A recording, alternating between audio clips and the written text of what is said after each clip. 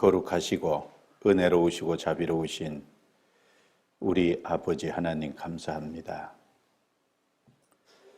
저희들 죄 가운데 나서 죄를 물먹듯 먹고 마시며 하나님을 떠나 하나님과 원수되어 살았지만 하나님의 그 크신 긍휼과 자비로 예수 그리스도를 통한 구속으로 말미암아 우리를 구원해 주시고 하나님의 거룩한 자녀로 삼아 주신 은혜를 인하여 진심으로 아버지께 감사와 찬양과 존귀와 영광을 돌립니다.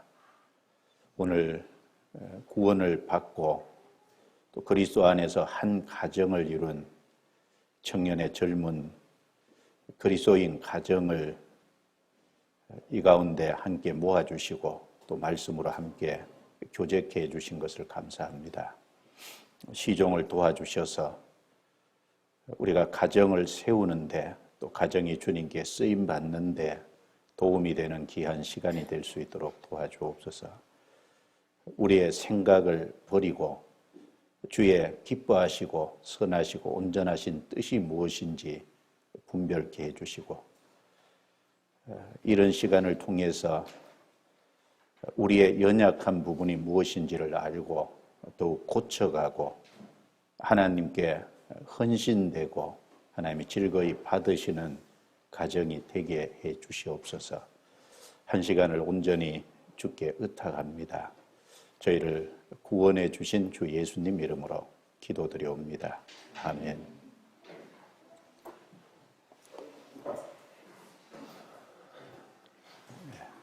성경 한 곳을 볼까요? 마태복음 19장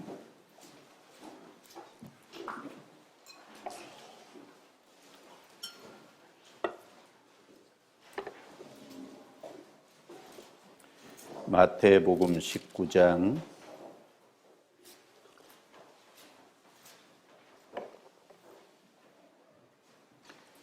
4절 말씀부터 6절 말씀까지를 같이 읽겠습니다. 예수께서 대답하여 가라사대 사람을 지으신 이가 본래 저희를 남자와 여자로 만드시고 말씀하시기를 이미 그 부모를 떠나서 그 아내에게 합하여 그 둘이 한 몸 될지로 그것을 읽지 못하였느냐. 이러한즉 이제 둘이 아니요 한 몸이니 그러므로 하나님이 짝지어 주신 것을 사람이 나누지 못할지니라 하시니.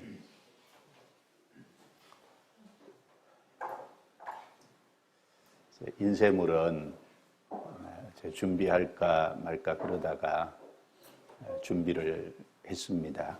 아무래도 듣는 것만 가지고 하는 것보다는 나중에 돌아가셔서 이제 들은 내용을 기억하면서 좀 도움이 되면 좋겠다라고 생각해서 준비한 인쇄물이니까 집에 가셔서 보시고 지금 공부하는 시간이 아니니까 인쇄물은 가능한 한 인쇄물 보지 마시고 여기 같이 얼굴을 대면하고 이렇게 한 시간을 좀 같이 했으면 좋겠습니다.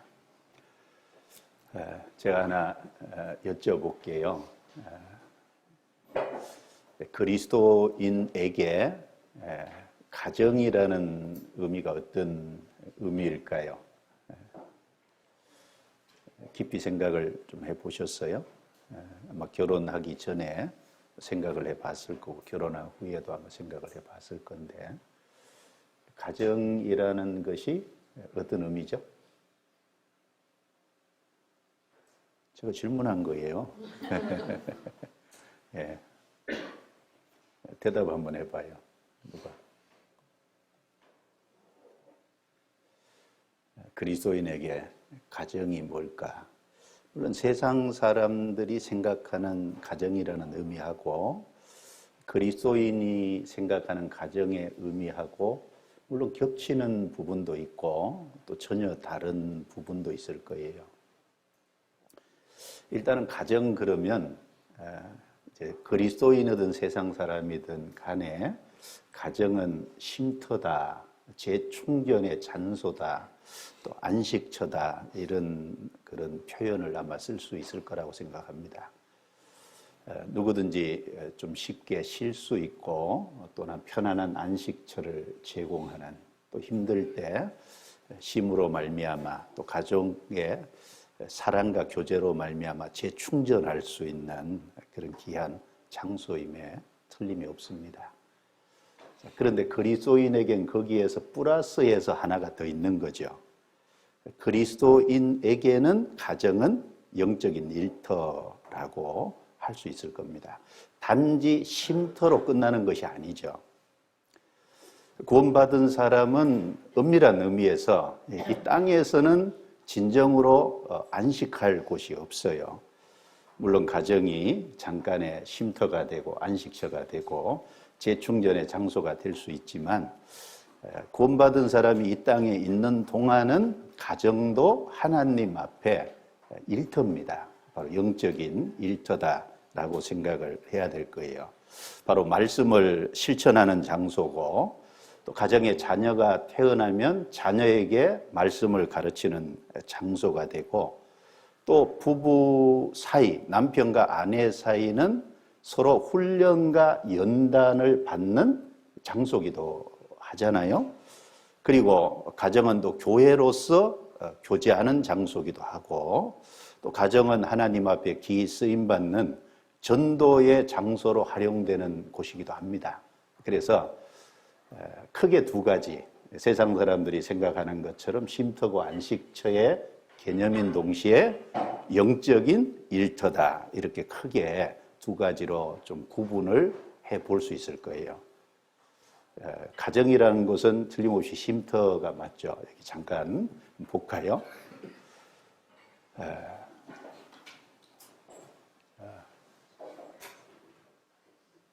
그래서 이 가정은 부부 사이가 정상적이고 좋을 때 틀림없이 가정은 편안한 쉼터, 마음의 안식처, 이런 것을 제공을 합니다. 그러나 그리스도인에게 또 하나 있어서 가정은 영적인 일터이다라는 것도 틀림없는 사실이기 때문에 그걸 간과해서는 안 되겠습니다. 그래서 그리스도인의 아름다운 가정의 모습이 어떤 모습일까를 좀 성경적으로 좀 찾아보겠습니다. 금방 읽은 말씀은 예수님께서 하신 말씀인데, 예수님께서 창세기 1장과 2장을 이제 말씀을 하신 겁니다. 4절 말씀에는 예수께서 대답하여 가라되 사람을 지으시니가 본래 저희를 남자와 여자로 만드시고, 창세기 1장에 보면 하나님의 형상대로 남자와 여자를 창조하셨다라는 사실을 여기 예수님이 재론하신 겁니다. 그리고 5절에는 이러므로 사람이 그 부모를 떠나서 아내에게 합하여 그 둘이 한 몸이 될지니라 하신 것을 읽지 못하였느냐. 이제 창세기 2장에 아담을 깊이 잠들게 하고 갈빗대를 뽑아서 여자를 만들어서 짝지어 주시면서 한 가정을 이루어 주시는 창세기 2장을 말씀을 하신 겁니다. 그러니까 예수님도 창세기 1장, 2장을 문자적으로 믿으셨다라는 것을 알 수 있습니다. 자, 우리가 여기서 좀 생각을 할 것은, 가정은 하나님께로부터 기원을 했다는 사실이고 하나님이 만드신 제도다라는 것을 먼저 좀 생각을 할 필요가 있겠습니다. 그래서 이 국가라든지 그 다음에 교회가 있기 전에 가정이 먼저 출발이 된 거잖아요. 그 말은 교회와 국가도 가정을 빼고서는, 가정이라는 것을 등한시하고는 결코 성립될 수 없다라는 것을 우리에게 가르쳐 줍니다. 예수님께서도 마태복음 10장에 제자들을 둘씩 짝지어 전도하러 보내시면서 그 제자들에게 이런 말씀을 하셨습니다. 자, 어느 성이나 어느 촌에 들어가거든 자, 그 성에서 합당한 자를 찾아내서 그 머무를 집을 찾아내라 그랬습니다. 바로 영접해 주는 합당한 자, 머무를 수 있는 가정을 찾아내라 그랬습니다. 만약 그런 가정이 없다면 그 동네에서 떠나면서 신발에 티끌을 떨어버리라 그랬습니다. 그리고 그런 집을 찾으면 그 가정에서 거기 거하면서 그 동네 전도를 하라 그랬잖아요. 그러면 한 성에, 한 동네에 전도가 되려면 바로 가정으로부터 출발한다는 겁니다. 바울 사도가 빌립보에 갔을 때 빌립보라는 도시가 전도되기 위해서 먼저 루디아의 한 가정이 구별이 됐잖아요. 루디가 구원을 받고, 그리고 루디아가 나를 주 믿는 자로 알거든 내 집에 들어와서 머물라라고 했습니다. 그래서 루디아의 가정에 거하면서 그 빌립보에 전도했고, 그리고 간수의 가족이 구원받는 일이 있었어요. 바로 그 빌립보의 전도의 시작은 합당한 사람, 합당한 가정이 있었기 때문에 가능했던 겁니다. 그러니까 교회도 가정을 무시하고는 세워질 수 없고, 한 국가도 가정을 무시하고는 세워질 수 없다라는 것을 우리에게 알려줍니다. 그래서 이 D.L. 무디 잘 아시잖아요. 그 D.L. 무디가 말하기를 교회가 있기 전 집이 먼저 있었기에 내 의무는 먼저 가정에서 시작되어야 한다라는 유명한 말을 했습니다. 바로 그리스도인의 의무는 교회가 아닌 어디예요? 가정에서 먼저 이행되어야 한다라는 말을 남겼는데 의미 있는 말이라고 생각을 합니다. 그리고 이 가정은 하나님께서 아담을 깊이 잠들게 하시고 갈비대를 뽑아서 여자를 만들어서 아담에게로 이끌어 오고 그 한 가정을 만들어 주시기 때문에, 즉 하나님께서 부부 관계를 짝지어 주셨기 때문에 하나님을 떠나면 결국 부부 관계도 깨어질 수밖에 없다는 것을 우리에게 잘 가르쳐 줍니다. 그리고 이 결혼이라는 것 자체가 우리가 혹 생각하면 사랑하기 때문에 결혼한다 이렇게 생각을 할 수 있는데, 사랑하기 때문에 결혼한다는 것보다도 결혼해서 사랑하는 것이 맞죠. 사랑하기 때문에 결혼한다는 그 사랑은 다분히 감정적인 것이 클 거라고 생각합니다. 아담과 하와는 사랑하기 때문에 결혼한 게 아니죠. 하나님이 처음 짝지어 주실 때 결혼해서 사랑하기 시작한 겁니다. 그리고 이삭과 리브가도 사랑하기 때문에 결혼한 게 아니죠. 결혼하기 전에 만나지 않았어요. 그래서 그 엘리에셀을 통해서 인도대에 와서 그때 처음 만나서 가정을 이루고, 즉 결혼을 해서 그 다음에 사랑했다라고 성경은 말씀을 합니다. 성경 창세기 24장 찾아보죠. 창세기 24장 67절입니다.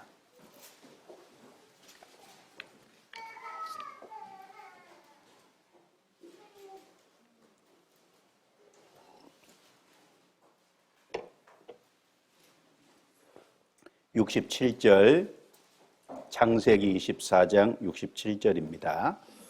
같이 읽어볼까요? 이삭이 리브가를 인도하여 모친 사라의 장막으로 들이고 그를 취하여 아내를 삼고 사랑하였으니 이삭이 모친 상사 후에 위로를 얻었더라. 여기 아내를 삼고 사랑하였으니 결혼을 하고 여기 사랑을 한 거예요. 이 사랑은 결혼하기 전에 감정적인 사랑하고 다르다고 아까 말씀드렸잖아요. 그래서 이 결혼하기 전에 서로 이제 만나면 흥분되고 손에 땀이 나고 가슴이 두근거리고 이런 어떤 그 반응들 있잖아요. 이런 것은 이 우리 몸에서 애정 표현의 화학 물질이 나오기 때문에 그렇대요. 그런데 그런 애정 표현의 화학 물질은 실제로 결혼을 해서 자녀를 낳으면 그 다음에는 잘 안 나온답니다. 그러니까 이제 30개월이면 끝나는 거래요. 여기 잠깐 보여드릴까요? 제가 만들어낸 말 아닙니다. 여기 보시면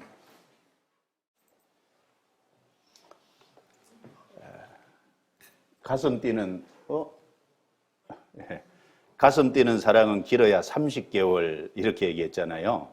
실제 이게 미 코넬대 학교에서 연구를 한 겁니다.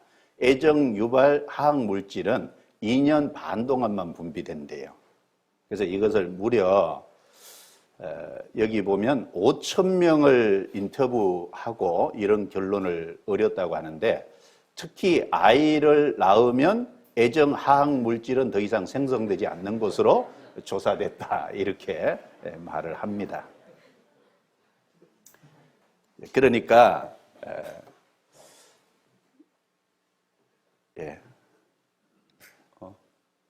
불 좀 켜주세요. 이게 잘 안 되네. 그러니까 사실 감정적인 사랑 가지고 가정을 계속 이어가기는 어려운 거잖아요. 이제 실제로 이 사랑이라는 것은 함께 이제 한 가정을 이루어 살아가면서 같은 길을 걷고 같이 즐거워하고 같이 슬퍼하고 그리고 같이 한 목적을 위해서 살고 같이 때로는 고통과 어려움도 겪고 그러면서 함께 사랑을 만들어 가는 것이라고 할 수 있잖아요. 그 사랑은 결혼하기 이전에 감정적으로 느낀 사랑하고는 다른 겁니다. 그리고 같이 살아가면서 만들어지는 그런 사랑은 감정적인 사랑, 그 이상의 고귀한 사랑이라고 할 수 있을 거예요. 그래서 결혼은 사랑하는 사람과의 결혼이 아니라 사실 결혼해서 사랑을 하는 것이 맞을 겁니다. 그래서 우리는 다 만들어진 요리를 먹는 것이라기보다는 결혼이라는 과정을 통해서 한 가정을 이루어 살아가면서 행복이라는 요리를 만들어가는 과정이 돼야 된다라고 좀 정의를 해볼 수 있겠습니다. 그래서 가정은 하나님께로 기원했고 하나님이 만드신 제도라는 그 안에서 그런 것들을 좀 생각해 볼 수 있고, 그리고 이 행복한 가정이 되기 위해서는 먼저 현재 내 남편, 현재 내 아내가 하나님이 짝지어 주신 내 남편이고 아내라고 하는 현재 나의 위치에 대한 확신이 필요합니다. 구원받은 사람은 그런 믿음이 필요할 거예요. 그래서 여기 창세기 19장, 마태복음 19장이죠. 마태복음 19장 6절을 다시 보겠습니다.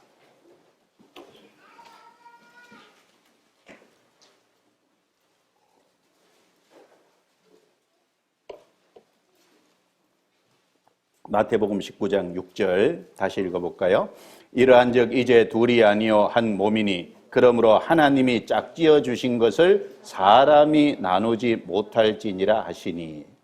행복한 가정이 되기 위해서는 내가 현재 이 남편의 아내의 위치로 있는, 그리고 내가 현재 이 아내의 남편으로 위치해 있는 이 하나님이 주신 이 반려자가 나의 짝이라고 하는, 하나님이 이렇게 짝지어 주신 것이 하나님의 섭리와 뜻, 선한 계획이 있어서 해주셨다는 믿음이 필요할 거예요. 만약에 그런 믿음이 없이 그 자체에 대해서 의문을 가지고 의심한다면 아름다운 가정을 이루기가 사실 어려울 겁니다. 그래서 고린도전서 7장을 한번 보시죠. 고린도전서 7장.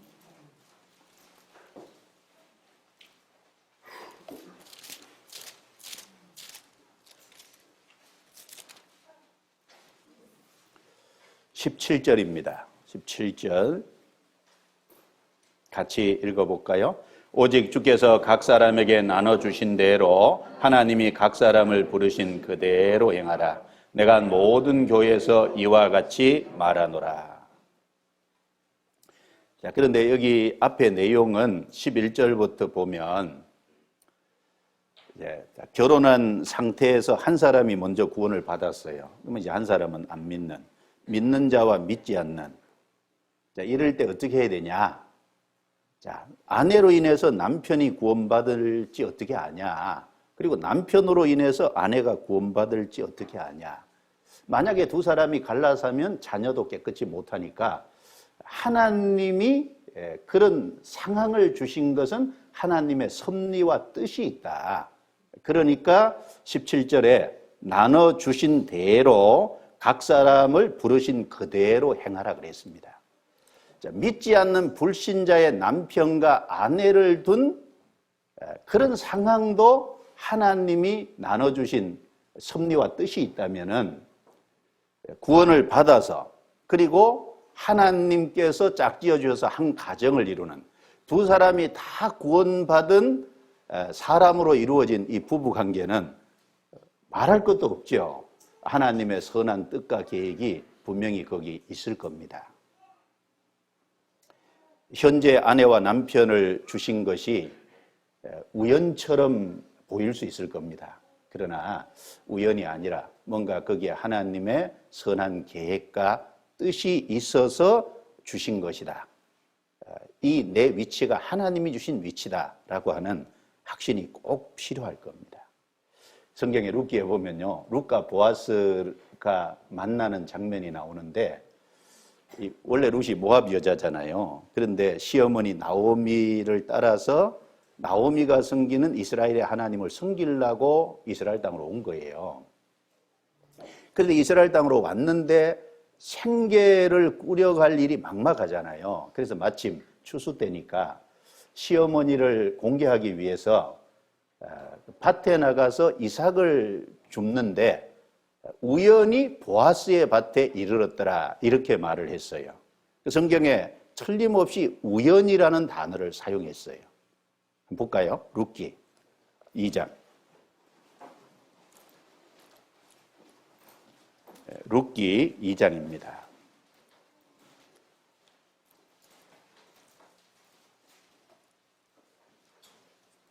룻기 2장 3절.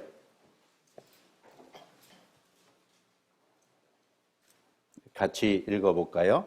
룻이 가서 베는 자를 따라 밭에서 이삭을 줍는데 우연히 엘리멜렉의 친족 보아스에게 속한 밭에 이르렀다가, 나중에 룻기를 끝까지 읽으면 이 보아스가 룻의 남편이 되잖아요. 그래서 그리스도의 족보 속에 룻이 들어가게 됩니다. 틀림없이 우연이라는 단어를 썼는데 우연일까요? 하나님의 섭리와 계획이 있었을까요? 있었는데 왜 우연이라는 단어를 썼을까요? 사람이 볼 때는 우연이라는 겁니다. 그런데 우연이라는 단어를 쓰므로 하나님의 섭리와 뜻이 있었다는 걸 더 분명히 사실은 드러낸 거라고 할 수 있습니다.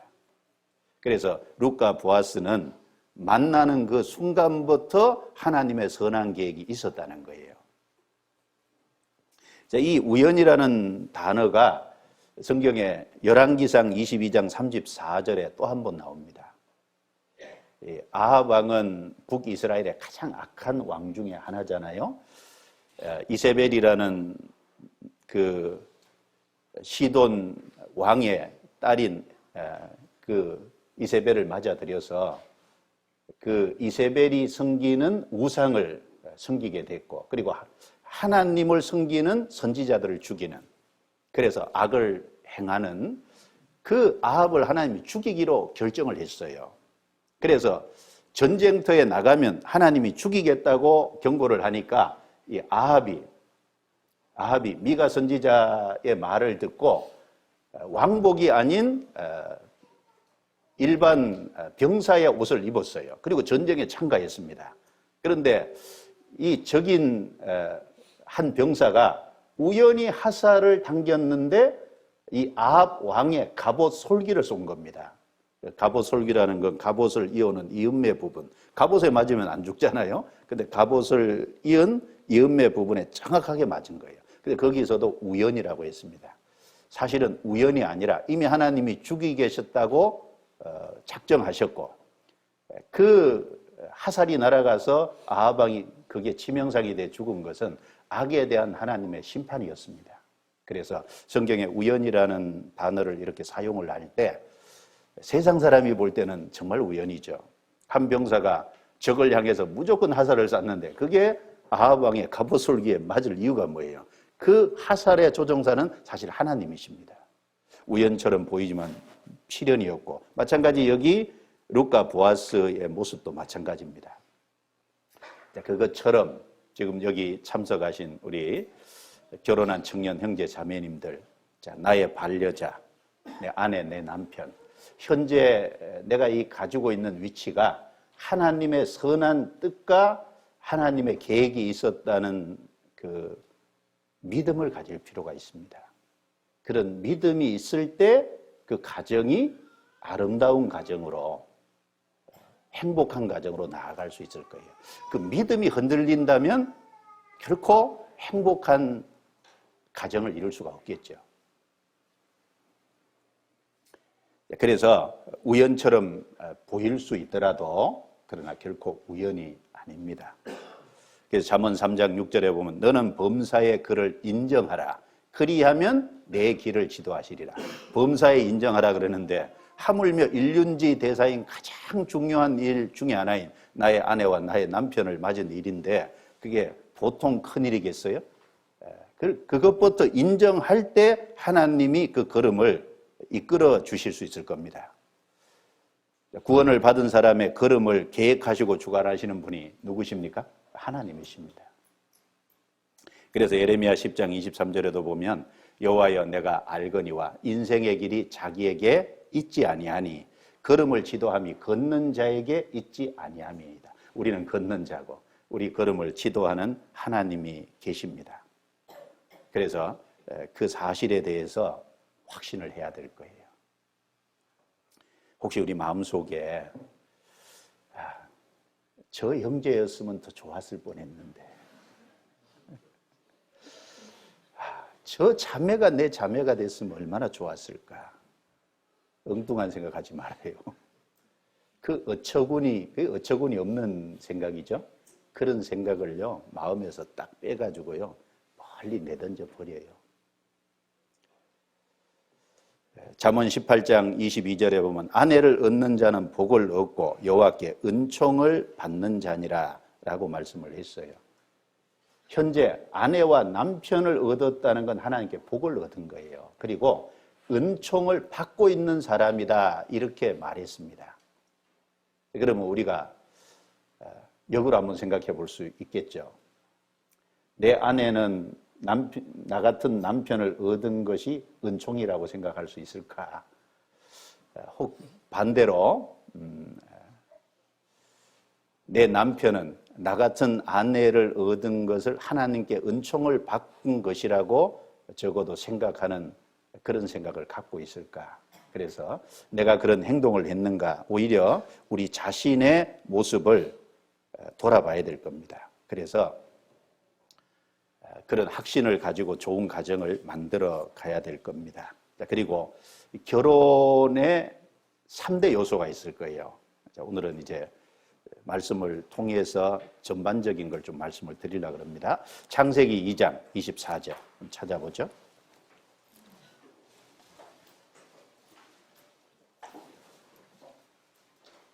창세기 2장 24절.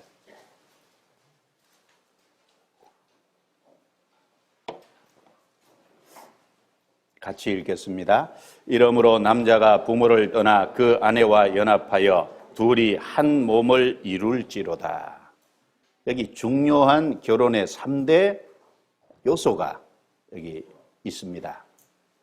자, 이 창세기 2장 24절의 말씀이요. 성경 속에 이곳을 제외하고 3군데 더 동일한 말씀이 기록되어 있어요. 적어도 이 말씀이 성경 4곳에 기록이 되어 있다는 겁니다. 마태복음 19장 5절에도 기록이 되어 있고 마가복음 10장 7절과 8절에도 기록이 되어 있고 에베소서 5장 31절에도 기록이 되어 있어요. 자, 이 4번이나 기록된 이 말씀 속에 결혼에 있어서 가장 중대한 3대 요소가 들어있다는 거예요. 찾으셨어요? 첫 번째는 부모를 떠나라는 겁니다. 그리고 두 번째는 아내와 연합하라는 겁니다. 그리고 한 몸을 이룰지로다. 한 몸을 이루라라는 세 가지입니다. 부모를 떠나라는 것은 남자가 부모를 떠나라 그랬으니까 여자가 떠나는 건 말할 것도 없고 남자가 떠나는 거니까 여자나 남자나 각각 결혼은 부모를 떠나는 겁니다. 즉 책임을 가진 성숙한 존재로서 부모를 떠나는 독립성을 말하는 겁니다.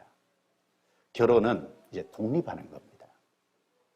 그리고 여기 연합하여 그 말은 동등한 두 인격체가 만나서 정신적인 연합을 이루는 겁니다. 그리고 한 몸을 이룰지로다. 틀림없이 두 몸이잖아요. 그런데 그 두 몸이 서로 하나 되는 육체의 합일성입니다. 그래서 이러한 연합과 합일, 이것은 바로 신랑 되신 예수님과 신부된 교회의 연합의 하나의 아름다운 모형이라고 성경에 기록을 하고 있어요.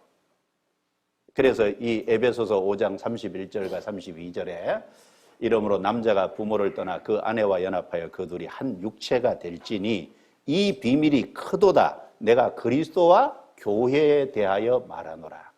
바로 남편과 아내의 그 연합의 모습은 바로 그리스도와 교회의 연합을 예표하는 아주 중요한 그림자임을 성경에 말하고 있습니다. 이 세 가지를 좀 구체적으로 생각을 해보면 첫 번째 떠나라 그랬어요. 부모를 떠납니다. 자, 떠나는 것은 부부가 되기 위해서 지불해야 할 대가일 거예요. 자, 어린아이가 이 땅에 태어나면 아쉽지만 탯줄을 잘라야 되거든요. 탯줄을 잘라야 입으로 먹고 이제 성장하잖아요. 어린아이가 어머니 뱃속에 있을 때는 어머니로부터 직접 탯줄로부터 공급을 받아요. 그런데 탯줄을 자를 때 이제 입으로 먹게 되잖아요. 그러면서 이제 자라갑니다. 마찬가지로 이 부부가 온전한 부부가 되기 위해서는요, 사실은 남편이나 아내나 각각 부모를 떠나야 돼요. 부모를 떠나지 않고서는 결코 잘할 수도 없고 독립된 한 가정을 결국은 이루어갈 수도 없다라는 겁니다. 자녀들은 부모를 떠나는 것이 쉽지 않죠. 또 부모 편에서 자녀를 떠나보내는 것도 역시 어려울 겁니다. 그러나 하나님이 원하시는 합당한 한 가정을 이루려면 독립적인 한 가정이 발전된 한 가정이 세워지기 위해서는 반드시 떠나야 된다는 겁니다. 그래서 이 결혼은 각각 부모를 떠나서 연합해서 한 몸을 이루는 겁니다. 그럼 떠나라는 것은 어떤 의미일까요? 부모의 영향력에서부터, 부모의 도움으로부터 독립하는 겁니다. 이제는 자기가 결정하는 것에 대해서 자기가 책임을 지고 살아가는 거예요. 그동안은 부모가 결정해 줬죠. 그리고 그 부모의 결정에 따라서 같이 맞물려 있어요. 의존해 왔어요. 그런데 결혼이라는 것은 자기가 결정해야 될 때가 됐다는 겁니다. 그리고 그 책임도 부모가 지는 것이 아니라 자기가 진다는 거거든요. 그래서 이 부모는 자식에 대한 본능적인 소유욕을 버리고 기꺼이 자녀를 자신의 품과 영향력으로부터 떠나보낼 마음의 준비를 하고 또 실천을 실제로 해야 됩니다. 그런데 요즘은 자녀를 1명 내지 2명 낳으니까요, 그게 쉽지 않은 거예요. 그래도 결혼을 했어도 여전히 자기의 품 안에, 자기의 영향력 안에 두려고 형제 부모도 또 자매 부모도 이제 그렇게 합니다. 그런데 그렇게 하면 할수록 여러 가지 문제가 생길 수밖에 없는 겁니다. 자, 그러면 부모를 떠났다는 것과 부모를 떠나지 못했다는 그 각각의 어떤 상태를 말할까? 부모를 떠나지 못한 사람은요, 부모의 사랑과 도움을 얻기 위해 남편과 아내가 각자의 부모에게 끊임없이 의지하며 매여 있는 상태입니다. 어떤 문제가 생기고 어떤 일이 있을 때 부모의 사랑과 부모의 도움을 받기 위해서 끊임없이 그 부모에게 의존하고 부모님의 영향력 아래 매여 있는 그 부모를 떠나지 못한 거예요. 그 부모를 떠났다는 것은 어떤 의미일까요? 남편 입장에서는 부모보다도 더 우선적으로 의논해야 될 대상을 아내로 삼는 겁니다. 사실 의논해야 될 제일 첫 번째 대상은 부모입니까? 아내입니까? 아내예요. 부모가 아닙니다. 부모를 떠나잖아요. 그리고 아내 입장에서는 어떤 의미일까요? 부모보다 남편을 더 의지하고 남편의 도움과 사랑으로 살아가는 상태를 부모를 떠났다고 할 수 있을 거예요. 부모보다는 남편을 더 의지해야 될 겁니다. 그리고 남편의 도움을 바라고 남편의 사랑을 받고 살아가는 그것이 아내 입장에서는 부모를 떠났다, 이렇게 정의를 내려볼 수 있을 거예요. 그래서 남편은 부모보다는 아내를 더 우선적인 의논의 상대로 삼고, 아내는 부모보다는 남편을 더 의지하고 남편의 도움과 사랑을 더 우선적으로 받기를 원하는 그런 상태가 될 때, 그게 진정으로 이제 부모를 떠났다, 이렇게 말할 수 있을 겁니다. 그래서 이 많은 남자들이 부모와 아내 사이에서요, 누구에게 우선권을 줄 거냐, 그걸 이제 항상 갈등하잖아요.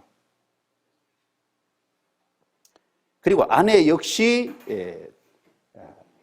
남편을 더 의지하고 남편의 도움과 사랑을 더 받아야 됨에도 불구하고 남편보다는 부모를 더 의지하고 부모의 도움과 사랑을 더 받기를 원하고, 이제 그런 속에서 벗어나지를 못하는 경우가 너무너무 많이 있습니다. 그러나 그것은 떠나지 못한 겁니다. 그래서 결혼을 하면, 여기 보세요.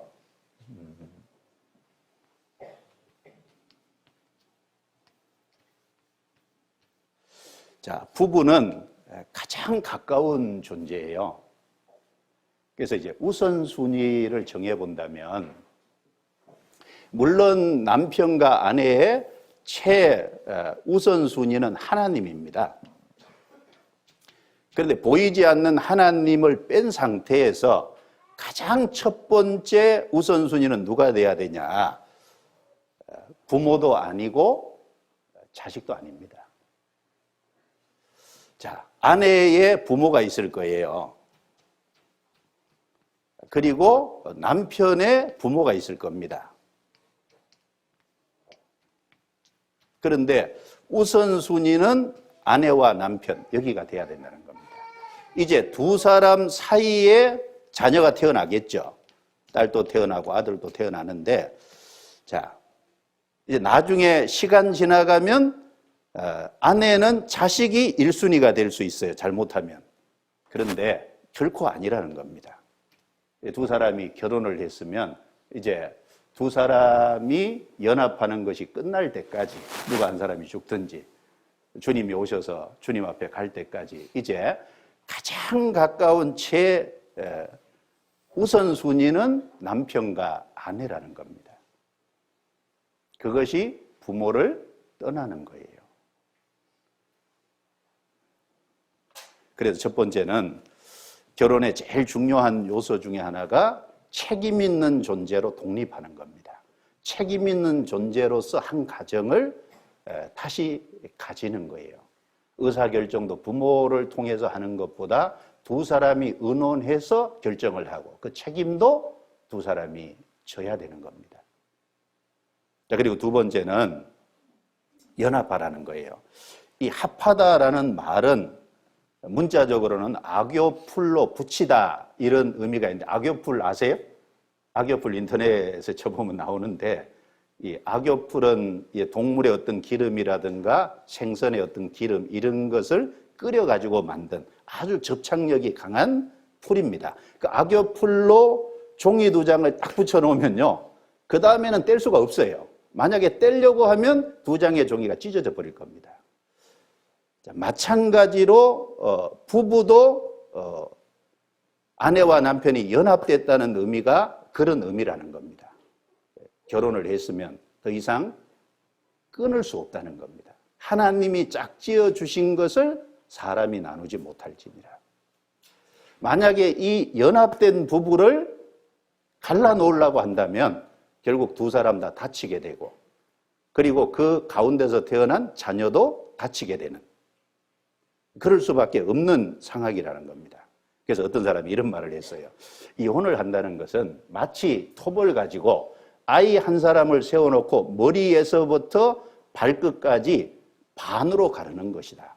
그만큼 큰 아픔이고 고통이다, 그 말입니다. 결혼은 연합입니다. 뗄 수 없는 연합이 이루어진 상태. 그게 이제 결혼의 상태인 거예요. 그래서 결혼으로 연합된 부부는 그 어떤 인간관계보다 더 가까워진 겁니다. 자식보다도 더 가까운 관계죠. 자, 이 설문조사 한 것에 보면요, 이런 내용이 있더라고요. 첫 아이를 낳은 후에 남편이 외도하는 경우가 가장 많대요. 우리나라의 설문조사 그 내용 속에 보면 첫 아이를 낳았을 때가 외도하는 비율이 가장 높다. 왜 그럴까요? 이제 2 사람이 서로 사랑을 나누다가 아이를 낳았어요. 그러면 아내의 관심이 어디에만 가죠? 1순위가 아이에게만 가는 거예요. 그러니까 남편이 그 틈을 타서 외도하는 겁니다. 그래서 가정은 자식이 있지만 자식이 우선순위가 결코 아니라는 거예요. 그래서 가정은 부부 중심이 되어야 그것이 합당하다는 겁니다. 성경 디도서 2장 찾아보죠. 디도서 2장 4절입니다.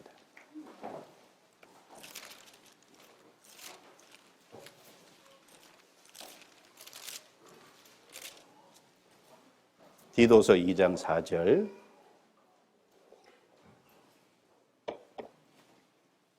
같이 읽어볼까요? 저들로 젊은 여자들을 교훈하되 그 남편과 자녀를 사랑하며. 자, 결혼을 해서 이제 아이를 낳은 젊은 여자가 있을 때 그 남편과 자녀를 사랑하며. 자녀가 앞에 나옵니까? 남편이 앞에 나옵니까? 남편과 자녀거든요. 어느 경우에도 우선순위가 자녀가 될 수 없다는 거예요. 성령의 감동으로 기록된 성경입니다. 이 순위를 정해준, 이 순서를 기록할 때도 하나님의 뜻이 있을 거예요. 그래서 연합이라는 것은 의지가 내린 결정이라는 거예요. 우리는 때로 감정적으로는 사랑할 수도 있고, 때로는 순간적으로 감정적으로 미워할 수도 있지만, 의지가 내린 결정, 되돌릴 수 없는 결정을, 그래서 그 완전한 의지로 2 사람이 연합한 것을 말합니다. 그래서 취소할 수 없는 연합과 같은 거다. 연합에는 영적, 정신적, 육체적 연합 이런 것이 있겠죠. 그리고 한 몸이 이루라 그랬습니다. 참 이 결혼도 비밀이죠. 한 몸을 이루라 그랬는데 여전히 2 사람이잖아요. 결혼을 했다고 한 몸이 되는 게 아니죠. 여전히 2 사람의 인격적인 존재가 있어요. 그래서 어떤 의미에서는 사실 온전한 2 사람이 합쳐서 완전한 하나하나의 인격을 가진 사람이잖아요. 합쳐서 새로운 하나를 만들어내는 것이라고 생각을 해볼 수 있겠습니다. 그래서 한 몸을 이룰지니라 그랬으니까 그 안에는 자식이 없더라도요, 결혼한 것 자체만 가지고도 완전한 연합이 된 겁니다. 만약에 자식이 없다고 이혼한다면 그게 하나님 앞에 합당치 않은 거죠. 그래서 자녀 없는 결혼도 역시 완전한 의미를 지닌 결혼이다. 그래서 출산하지 못한 것이 이혼의 이유가 될 수 없다는 것을 깨닫게 해줍니다. 그래서 어쨌든 이 창세기 2장 24절 말씀에 각각 부모를 떠나라, 그리고 아내와 연합해라. 한 몸을 이룰지로다고 하는 이 결혼의 3대 요소에 대해서 좀 깊이 생각을 해볼 필요가 있겠습니다. 그 다음은 남편과 아내의 위치와 역할입니다. 아내의 위치와 역할에 대해서 3가지 좀 살펴보고 남편의 위치와 역할에 대해서 3가지 좀 간략하게 말씀드려 보겠습니다. 자, 아내의 남편에 대한 위치와 역할을 3가지 얘기할 건데 뭐 같아요? 첫 번째는 돕는 배필이죠. 두 번째는 아내는 남편에게 순종하고 복종하라라고 하는 아내는 남편에게 순복해야 될 위치에 있다는 거예요. 또 한 가지는 뭘까요? 성경 에베소서 5장에 보면은 남편을 경외하라 그랬거든요. 남편을 존경하고 두려워할 줄 알아야 됩니다. 남편이 힘이 세기 때문에 두려워하라는 게 아니고 남편에게 부여한 하나님의 권위가 있기 때문에 그 하나님의 권위 앞에서 남편을 존중하고 두려워하라는 말입니다. 그래서 돕는 배필의 역할, 순복의 위치, 그리고 남편을 존경하고 남편을 두려워할 줄 아는 그것이 아내가 해야 될 가장 중요한 위치고 역할입니다. 이 3가지를 빼고 다른 것을 먼저 생각할 수 없어요. 그걸 조금 구체적으로 생각해 보면 창세기 2장 18절. 먼저 돕는 배필의 위치입니다.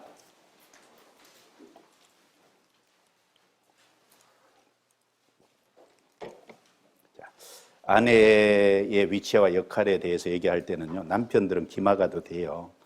남편하고는 상관없는 겁니다. 나중에 집에 가서 이거 요구하지 마세요.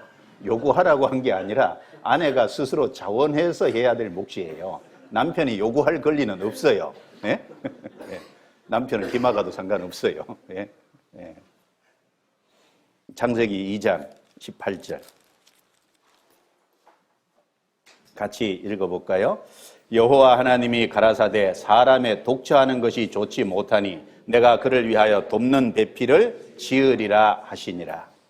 내가 그를 위하여 돕는 배필을 지으리라. 여기 돕는 배필이라는 단어가요, 남편의 필요에 꼭 맞춘 배필이다, 그런 뜻이래요. 남편의 필요에 꼭 맞춰진 배필이다. 양복으로 말하면요, 가게에 가서 아무거나 사 입는 기성복이 아니라는 거죠. 양복점에 가서 자기 체형에 맞게 딱 맞추어 입은 맞춤형 양복과 같은 거라는 겁니다. 그래서 남편의 필요에 꼭 맞춰진 배필이다, 그런 의미를 갖고 있답니다. 자, 이 말을 다른 말로 하면 남편이 완전하지 못하고 부족하다는 말이에요. 그러니까 남편의 부족한 것을 채우는 맞춤형 아내라는 뜻을 갖고 있는 겁니다. 남편이 2% 부족하면 2% 채워주면 되겠죠. 그런데 남편이 2%가 아니라 98%가 부족할 수도 있잖아요. 그러면 98%를 아내가 채워야 되는 거예요. 그래서 있는 모습 그대로의 남편을 받아들여야지 이상형의 다른 모형의 남편을 기도하고 있으면 안 된다는 겁니다. 우리는 가끔 착각할 때가 있어요. 내가 바라는 이상형의 남편이 되어주기를 기대하는 기대 심리가 있잖아요. 그런데 이상형의 남편을 기대하는 그런 마음을 갖지 말고 현재 내 남편의 있는 모습 그대로의 모습을 받아들이라는 겁니다. 그것이 50% 남편이라면 내가 50% 부족한 부분을 채워줘야 될 것을 내 편에서 생각해야 된다는 거예요. 남편이 60% 부족하다면 내가 60% 채워줘야 될 내 몫이라고 받아들이라는 겁니다. 남편을 지금 60%가 부족한데 남편이 2% 부족한 사람으로 기대하고 있으면요, 끝까지 합일점이 안 나오잖아요. 아내가 남편을 돕는 배필이라는 말씀은 남편이 완전하면 아내가 필요 없다는 말도 됩니다. 그렇지 않나요? 부족한 부분을 채워지는, 맞춰진 아내인데 돕는 배필이, 만약에 남편이 완전하다, 그럼 아내가 필요 없다는 얘기죠. 그래서 아내로서의 돕는 배필이 역할이 있어도 되고 없어도 되는 것이 아닙니다. 중요한 것이 돕는 배필의 역할이 없으면 남편의 역할이 완성될 수 없다는 거예요. 틀림없이 남편에게는 부족한 부분이 있어요. 그것이 무엇이 됐든지 사람마다 다 다를 겁니다. 남편의 모습마다 다 다를 거예요. 그래서 아내 입장에서 그 돕는 배필의 역할을 해도 되고 안 해도 되는 게 아니죠. 만약에 내가 안 하면 남편의 모습이 완성될 수 없다는 겁니다. 남편의 역할이 완성될 수 없다는 것을 말하는 거예요. 그러니까 반드시 돕는 배필의 역할이 필요하다는 겁니다. 그래서 육신적으로, 정신적으로, 영적으로 남편을 돕는 배필입니다. 이 돕는 배필의 모습 중에 아주 그 좋은 모형이 모세의 아내 십보라잖아요. 출애굽기 4장을 한번 보겠습니다. 출애굽기 4장.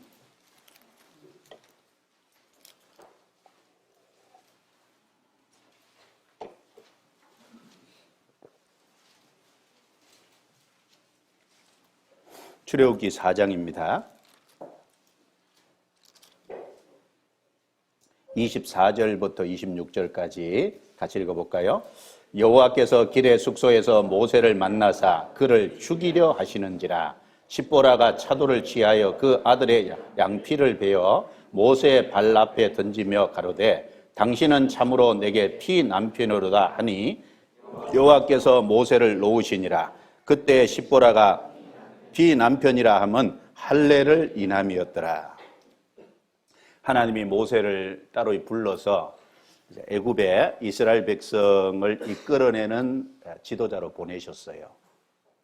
자, 그런데 모세가 하나님께 쓰임을 받으려면 모세만 따로 구별돼서는 안 되고 모세 가족 전체가 구별이 돼야 되거든요. 자, 이스라엘 백성들은 이스라엘 백성이라는 하나님의 백성이라는 표를 그 몸에다 뒀잖아요. 그것이 할례입니다. 그런데 어찌된 이유인지 모세는 아들에게 할례를 행하지 않았어요. 그래서 하나님께서 애굽으로 내려가는 모세를 붙잡아서 죽이려는 신용을 하신 게 아니죠. 죽이려고 그러셨어요. 그런데 이 십보라가요, 그 원인을 빨리 캐치한 겁니다. 그래서 차도를 취해서요, 그 아들의 양피를 딱 베어서 할례를 행한 거예요. 그래서 하나님께서 모세를 놓아주셨다고 했습니다. 모세가 갑자기 어떤 죽음의 어떤 병이 왔든지 갑자기 죽을 뻔한 거예요. 그래서 이 십보라는 원인을 알고 아들의 할례를 행함으로 남편을 위기에서 딱 구해냈잖아요. 그러니까 남편을 신앙적으로 도운 좋은 배필의 모습입니다. 또 사사기 14장, 13장 내용에 보면 그 삼손의 아버지 마노아가 있어요. 그 마노아의 아내에게 먼저 여호와의 사자가 나타났고 그리고 나중에 마노아와 같이 있을 때 나타났어요. 그래서 하나님께서 자식을 줄 것을 약속하고 그 자식을 준다는 것에 대해서 말씀하면서 어떻게 길러야 될지를 자세히 얘기해 주셨어요. 그리고 사라지셨습니다. 그런데 마노아는 그 하나님의 사자를 본 것 때문에 너무너무 두려워했어요. 나는 이제 여호와의 사자를 봤으니까 죽을 것이다. 마노아의 아내가 뭐라 그랬죠? 생각해 보십시오. 하나님이 우리를 죽이실 것 같으면은 나타나서 자식을 주겠다고 말씀하시고 또 자식을 기르라고 자세히 당부하지 않았을 겁니다. 그래서 신앙적으로 남편을 위로함으로 남편의 불안과 남편의 두려움을 거기서 벗어나도록 돕는 역할을 했잖아요. 그 마노아의 아내도 마노아를 신앙적으로 평안을 가지도록 세우는 중요한 역할을 했습니다.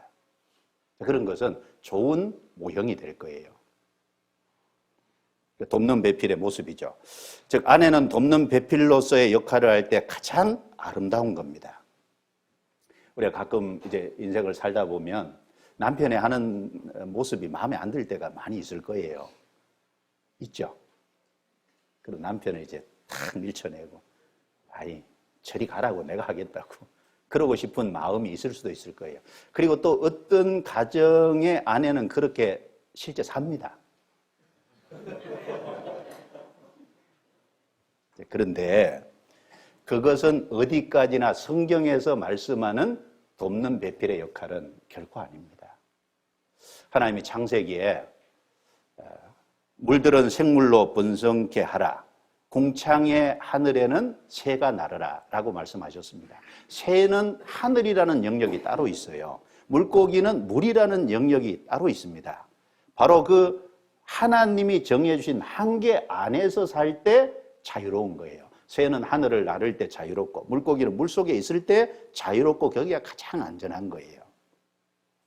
자, 마찬가지로 아내는 돕는 배필의 역할을 할 때가 가장 아름다운 겁니다. 그 위치와 자리가 하나님 보실 때 가장 아름답게 보시는 거예요.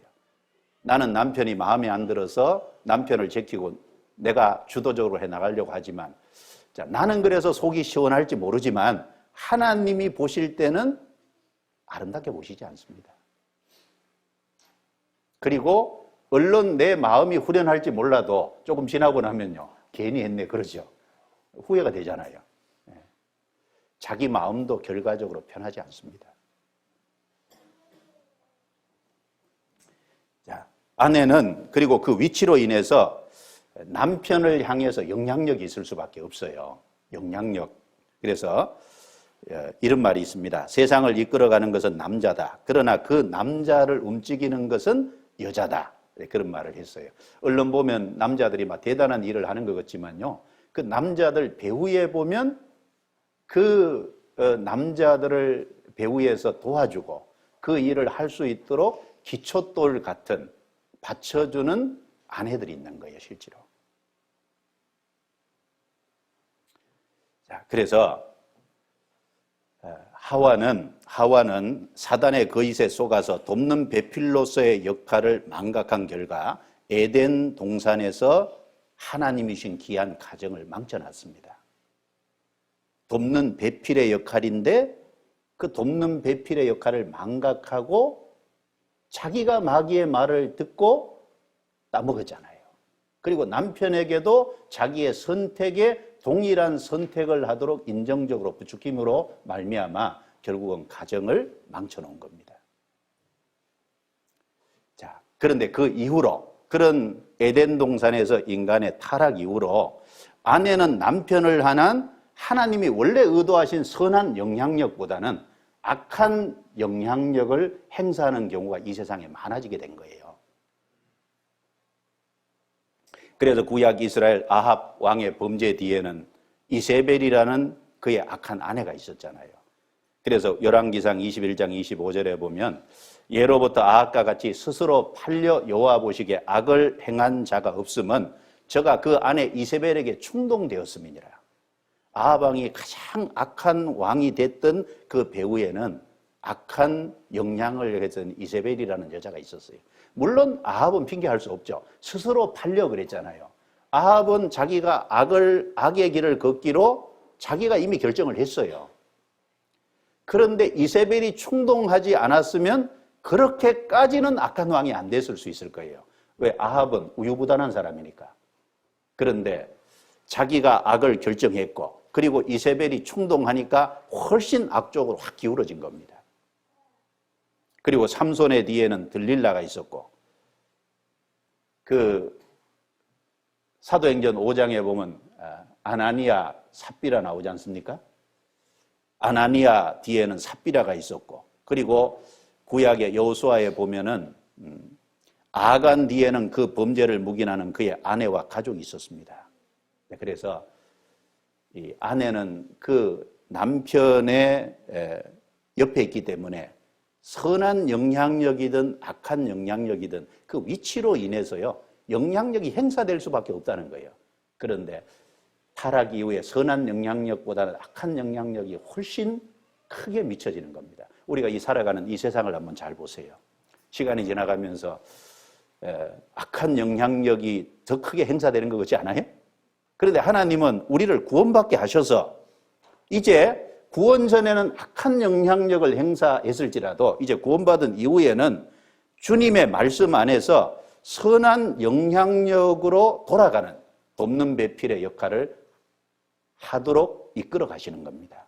그래서 남편이 영광을 받는 곳에 아내도 영광을 같이 누릴 수 있도록 하신 거잖아요. 베드로전서 3장 7절에 보면 생명의 은혜를 유업으로 함께 받을 자로 알아 기이 여기라. 그래서 구원받은 이 남편이 바르게 살아갈 때 그 남편이 살아가는 배후에는 아내의 도움이 반드시 있기 때문에 생명의 은혜를 유업으로 함께 받을 자다.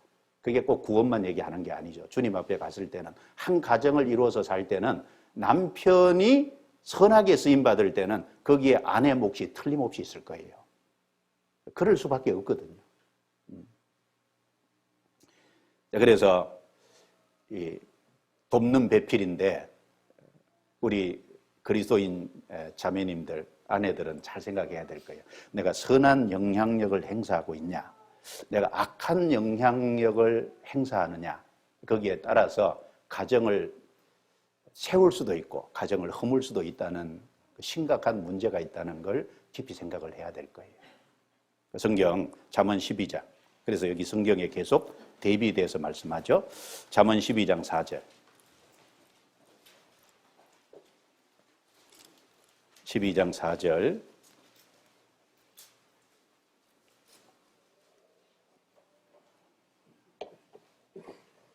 같이 읽어보겠습니다. 어진 여인은 그 지아비의 면류관이나 욕을 끼치는 여인은 그 지아비로 뼈가 썩음 같게 하느니라. 자, 어진 여인이 될 거냐, 욕을 끼치는 여인이 될 거냐. 자, 어진 여인은 그 지아비의 남편의 면류관이 될 수 있고, 욕을 끼치는 여인은 그 남편으로 뼈가 썩은 같게 하느니라. 그만큼 마음의 고통과 아픔과 뼈가 썩는 것은 얼마나 고통스러운 걸 말하는 거예요. 그렇게 할 수도 있다는 겁니다. 또 잠언 14장 1절입니다. 자, 또 같이 읽어볼까요? 무릇 지혜로운 여인은 그 집을 세우되 미련한 여인은 자기 손으로 그것을 허느니라. 지혜로운 여인과 미련한 여인이 대비되어 있죠. 집을 세우는 여인이 있는가 하면 자기 손으로 그 집을 허는 여인도 있다는 겁니다. 자, 잠언에 보면 이런 말씀이 반복되죠. 잠언 21장 9절. 똑같은 구절이 여러 번 반복되어 있습니다.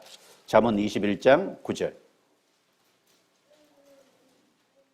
같이 읽겠습니다.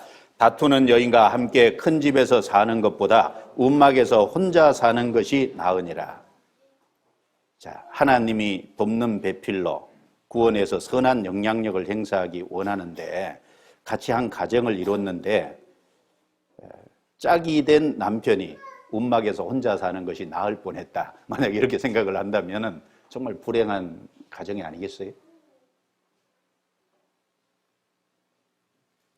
자, 그리고 아내의 위치와 역할 중에 두 번째는 순복의 위치라는 겁니다. 하나님께서는 질서의 하나님이죠. 질서를 주셨어요. 그래서 고린도전서 11장 3절에 보면은 그리스도의 머리는 하나님이고 여자의 머리는 남자고 남자의 머리는 그리스도라 그랬어요. 그러니까 여자의 머리는 그리스도, 그리스도의 머리는 하나님. 자, 사실 예수 그리스도도 하나님이잖아요. 그러니까 삼위일체입니다. 성부, 성자, 성령 동일한 하나님이세요. 그런데 하나님과 동등됨을 취할 것으로 여기지 아니하시고 종의 모습으로 오신 분이 예수님이잖아요. 그러니까 성부 하나님의 계획하신 그 뜻에 육신을 입고 오셔서 십자가에 죽기까지 복종하신 그 질서에 순종하셨다 그 말입니다. 자, 그런 것처럼 하나님이 이 땅에 여자의 머리는 남자로 한 가정에 그런 순서적인 질서를 주셨습니다. 그것이 하나님이 가정을 세우신, 하나님이 세우신 질서고, 그리고 또 그렇게 질서를 세우신 이유 중에 하나는 지음을 받은 순서로 봐도 남자가 먼저 지음을 받았고 여자가 그 후라는 거예요.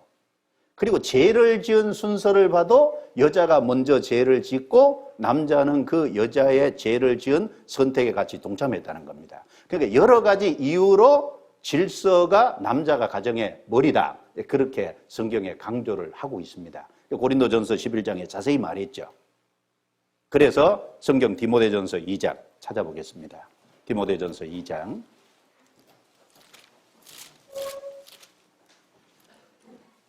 11절부터 14절.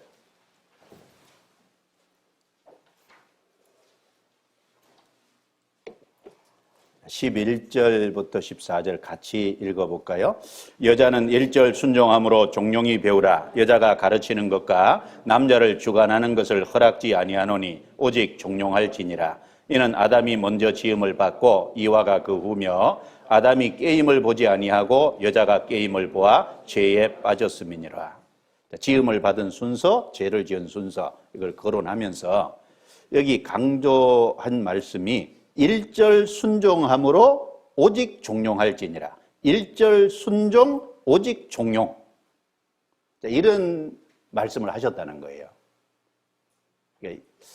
남편과 아내는 인격적으로 동등합니다. 인격적으로는 조금도 차이가 없어요. 하나님의 아들이라는 영적인 위치는 동일합니다. 그런데 다만 육신을 입고 이 땅에 살아가는 동안 역할과 위치가 다르다는 거죠. 하나님이 그런 질서를 주셨다는 겁니다. 그래서 아내의 머리로 남편을 두신 겁니다. 그래서 순복의 위치라는 걸 잊지 말아야 돼요. 만약 이것을 망각하면 가정이 제대로 세워질 수가 없습니다.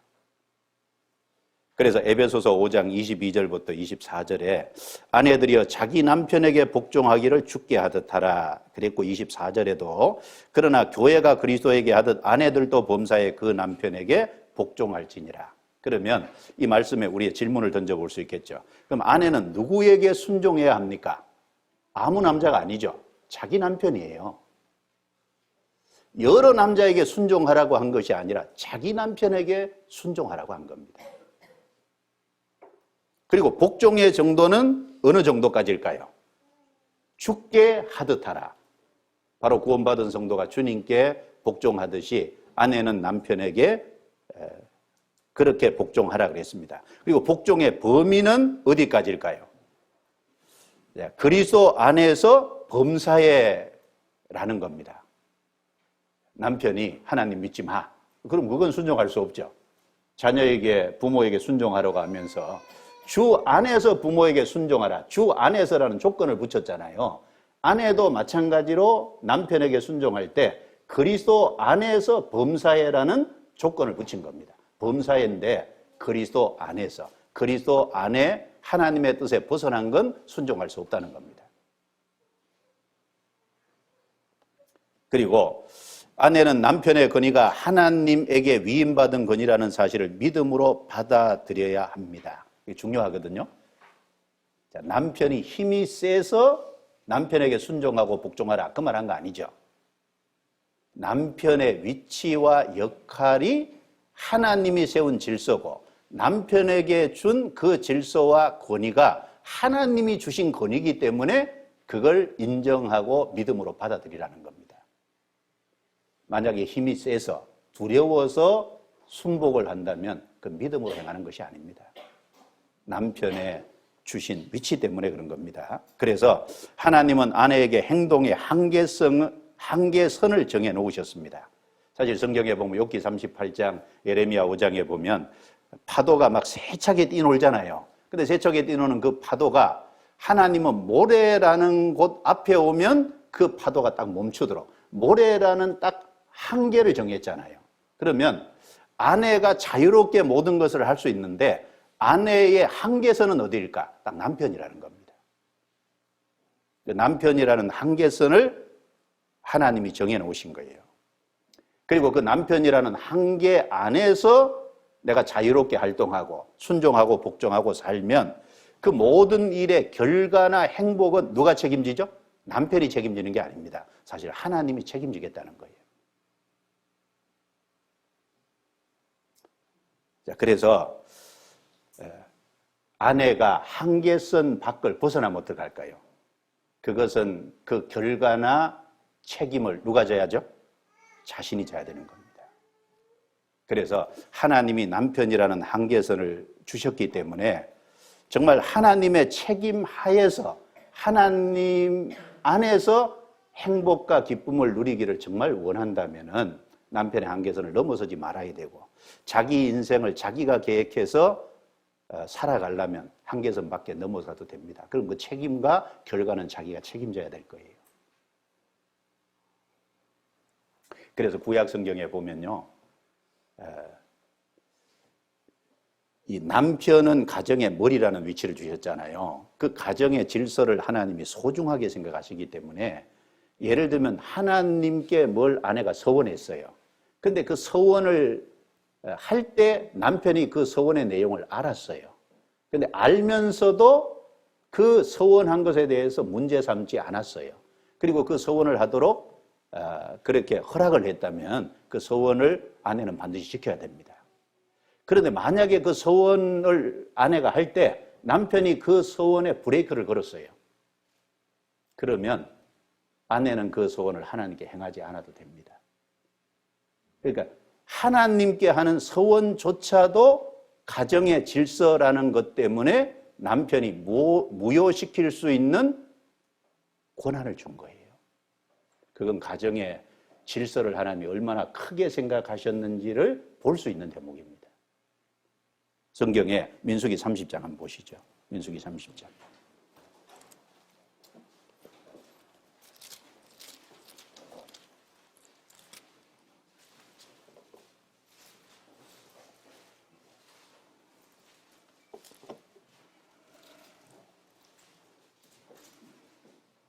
민수기 30장 10절부터 12절입니다. 제가 읽겠습니다.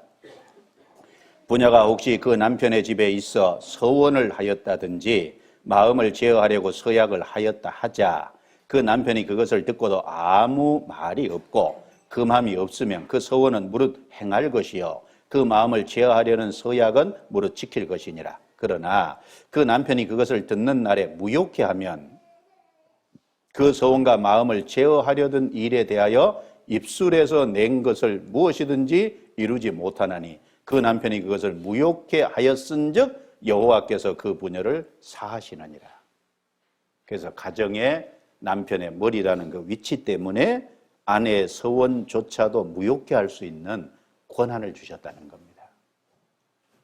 남편이 이것을 악용하면 안 되죠. 아내가 정상적으로 하나님 앞에 살기 위해서 서원을 했다면 그걸 허락해야 될 거예요. 대표적으로 엘가나하고 한나가 나오는데 한나가 자식이 없을 때 하나님께 간절히 서원을 했잖아요. 하나님 자식을 주면 이 자녀를 하나님께 드리겠다고.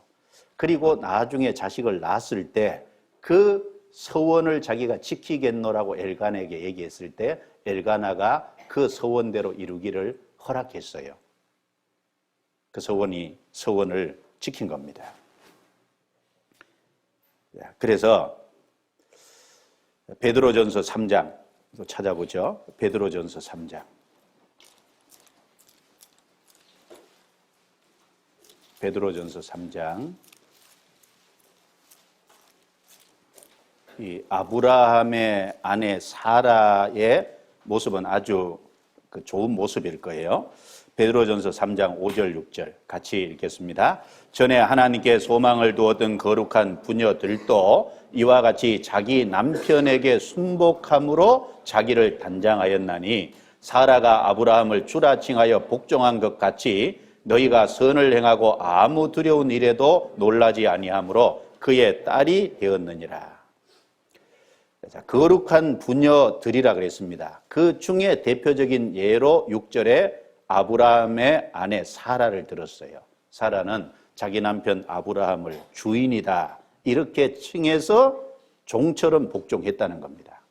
그럼 아브라함이 힘이 세서 권력이 있어서 그랬을까요? 아닙니다. 아브라함에게 주신 그 가정의 하나님의 권위 때문에 그렇게 한 거예요. 사실 사라는 아브라함을 믿은 게 아니죠. 아브라함을 다스릴 수 있는 누굴 믿었어요? 하나님을 믿은 겁니다. 사실 엄밀한 의미에서 진짜 가정의 가장은 누구죠? 하나님입니다. 그 남편은 하나님의 권위를 받아서 사용하는 거예요. 그러니까 그 가정의 남편도 누가 다스리죠? 하나님이 다스립니다. 그러니까 아브라함은 믿지 못하도록 아브라함의 하나님은 믿은 거예요. 마찬가지입니다. 우리 시대 그리스도인 자매들도 정말 그 하나님을 믿음으로 그 남편의 권위를 인정하고 그걸 통해서 하나님께 영광을 돌리는 것이 마땅할 겁니다. 그래서 존 트랩이라는 사람은 말하기를 현명한 아내는 순종함으로 남편을 지배한다 이렇게 말을 했고, 토마스 풀러는 아내는 변함없는 복종을 통하여 남편을 지배한다. 순종하고 복종함으로 남편을 지배할 수 있는, 그게 지혜로운 거죠. 그것이 하나님이 주신 위치라는 겁니다. 그리고 아내는 남편을 존경하고 두려워하는 마음을 가져야 됩니다. 아까 말씀드린 것처럼 힘이 세서가 아니에요. 권력이 있어서가 아닙니다. 하나님이 주신 권위 때문에 사실은 그렇게 하는 거예요. 성경에 에베소서 5장 찾아보겠습니다. 에베소서 5장 33절.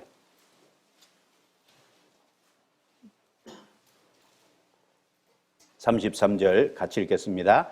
그러나 너희도 각각 자기의 아내 사랑하기를 자기같이 하고 아내도 그 남편을 경외하라. 자, 저를 한번 따라해 보시죠. 아내도 그 남편을 경외하라. 이거 대단한 말을 썼어요. 남편을 경외하라. 사실 경외를 받을 단 하나의 대상은 누구죠? 하나님입니다. 그런데 왜 남편을 경외하라 이렇게 말했을까요? 여기서 경외하라는 건 하나님께 돌릴 어떤 그런 것을 돌리라는 것보다 남편을 존경하고 두려워하라는 말인 동시에 바로 경외하는 하라고 한 것은 남편의 위치와 그 역할이 하나님이 부여하신 권위이기 때문에 하나님께 돌릴 경외를 남편에게 여기 사용하고 있는 겁니다. 그래서 만약에 남편을 존경하고 두려워해야 되는데 그 남편을 무시하고 만약에 남편을 하대한다면 그건 믿음에서 나온 행동이 결코 아닙니다. 그건 타락된 본성에서 나오는 것이고 그건 자연인의 마음입니다. 그리고 남편을 하대하고 남편을 무시하는 것은요, 그 권위와 역할과 질서를 주신 하나님을 무시하는 것과 같아요. 그래서 아내는 남편에게 돕는 배필의 역할과 위치, 그리고 순복의 위치, 그리고 또 하나 남편을 존경하고 두려워하는 그런 마음을 가져야 된다는 그 세 가지는 꼭 기억을 해야 됩니다. 결코 남편을 하대하고 무시해서는 안 될 거예요. 그리고 그렇게 남편을 존중하고 남편의 돕는 배필을 역할을 하는 그 아내를 위해서 남편은 아내에게 어떻게 해야 될까요? 남편의 위치와 역할, 중요한 게 세 가지 있죠. 첫 번째는 사랑입니다. 사실 아내는 남편의 사랑을 먹고 사는 존재예요. 아내는 다 채워져도요, 남편의 사랑을 못 받으면 힘들어합니다. 제가 한번 여쭤볼게요. 그렇지 않아요? 남편의 사랑을 받기 원하는 거예요. 대답을 해도 괜찮아요. 잘하신 거예요. 남편의 사랑을 못 받으면 그게 불안한 거예요. 남편의 사랑을 못 받으면 만족이 없는 거예요. 다른 모든 육신적인 것이 갖춰져도. 그게 사실입니다. 그리고 남편은 그 가정의 아내와 자녀를 보양해야 될 책임이 있어요. 보호하고 양육한다는 겁니다. 그리고 아내를 연약한 그릇으로 알아서 기중히 여겨야 될 책임이 있는 거예요. 세 가지입니다. 그것이 남편이 가정에서 해야 될 역할과 위치라는 겁니다. 잘 보세요. 에베소서 5장 찾았으니까 한번 봅시다. 25절부터 33절. 남편들아 아내 사랑하기를 그리스도께서 교회를 사랑하시고 위하여 자신을 주신같이 하라. 그리고 건너뛰어서 28절에 이와 같이 남편들도 자기 아내 사랑하기를 제 몸같이 할지니 자기 아내를 사랑하는 자는 자기를 사랑하는 것이라. 누구든지 언제든지 제 육체를 미워하지 않고 오직 양육하여 보호하기를 그리스도께서 교회를 보양함과 같이 하나니 우리는 그 몸의 지체이니라. 33절. 그러나 너희도 각각 자기의 아내 사랑하기를 자기같이 하고. 여기 잘 보시면요, 아내 사랑하라는 말을 4번이나 반복해서 하고 있잖아요. 짧은 몇 구절 속에 25절에 보면 아내 사랑하기를 그리스도께서 교회를 사랑하시고 위하여 자신을 주신 같이 하라. 25절에 한 번 얘기했고, 그 다음 28절에 남편들도 자기 아내 사랑하기를 제 몸같이 할지니 2번. 자기 아내를 사랑하는 자는 자기를 사랑하는 것이라. 그리고 33절에 너희도 각각 자기 아내 사랑하기를. 남편이 해야 될 가장 첫 번째 요소는요, 아내를 사랑하는 겁니다. 오해하면 안 돼요. 아무나 사랑하라고 안 했어요. 자기 아내를 사랑하라고 했습니다. 근데 가끔 보면은 정신없는 남자들이 있어요. 여자친구 너무 가까이 하고, 여자친구 전화 받는 걸 아주 아내 앞에 스스럼 없이 하고, 그 아주 불쾌한 행동이고, 그리고 그것은 합당치 못합니다. 결혼을 했으면 정말 그리스도인 남편이라면 아내를 사랑하고 아내의 마음에 남편의 사랑을 방해하는, 의심할 수 있는 행동을 절대 해서는 안 됩니다. 그것은 아주 치명적이라고 할 수 있어요. 그래서 사랑하는데 그럼 어느 정도까지 하라 그랬냐? 그리스도께서 교회를 사랑하시고 위하여 자신을 주신 같이 하라 그랬어요. 그러니까 그리스도는 교회를 사랑하셔서 자기 목숨을 내놨잖아요. 몸을 줬다는 게 목숨을 내놨다는 거죠. 그러니까 남편은 아내를 사랑하는데 어디까지 해야 되냐? 위급한 경우는 자기 목숨을 내어줄 사랑을 해야 된다는 거예요. 그 정도가. 근데 어떤 분은 이제 오해를 하더라고요. 위급한 경우만 하고 되고 평상시는 안 해도 되는 것처럼 평상시에 해야 되는 건 당연하고요. 그리고 위급한 경우에는 목숨까지 내어놔야 된다는 거죠. 이제 그 유명한 일화가 있는데 어떤 왕이요, 적장에게 사로잡힌 거예요. 자기 부모도 사로잡히고 자식도 사로잡히고 아내와 자기까지 몽땅 사로잡힌 겁니다. 그래서 이 적장이 보니까 한 가족이 몽땅 사로잡혔으니까 너무 불쌍히 여겨서 제안을 했어요. 내가 네 부모를 풀어줄 테니까 너 나에게 무엇을 주겠느냐? 예, 제 재산의 절반을 드리겠습니다. 그래? 그러면 내가 네 자녀를 풀어준다면 너는 날 위해서 뭘 주겠느냐? 예, 나머지 재산의 절반을 드리겠습니다. 자, 이제 너는 재물이 다 없어졌다. 그러면 여기 네 아내가 있는데 네 아내를 내가 풀어준다면 너는 나에게 뭘 줄래? 이 왕이요, 스스럼 없이 예, 제 목숨을 내놓겠습니다. 그랬대요. 싫어하라 그럽니다. 자, 참 용기 있는 왕이죠. 근데 적장이 보니까요, 너무 멋있는 말을 하거든요. 그래서 다 풀어줬대요. 예. 정말 그 마음의 중심이 정말 마음에서 우러나오는 그 말을 했다면요, 정말 훌륭한 사람입니다. 자, 아내를 사랑하는 것은 자기를 사랑하는 것이라고 했죠. 사람은 자기 신체 한 부분이 아플 때요, 몸 전체가 고통을 느낍니다. 사실 손가락이 아프면 손가락만 아픈 게 아니지 않습니까? 손가락 아픈 거 하나 때문에 몸 전체가 몸살을 하잖아요. 자, 아내는 남편과 결혼을 함으로요, 자기 몸의 일부가 된 거예요. 한 몸이라 그랬잖아요. 아내가 그래서 고통을 겪으면 같이 아파합니다. 아내가 기뻐하면 같이 기뻐하는 거예요. 제가 이제 살아가는 걸 보면 아내가 힘들어하면 저도 힘들어요.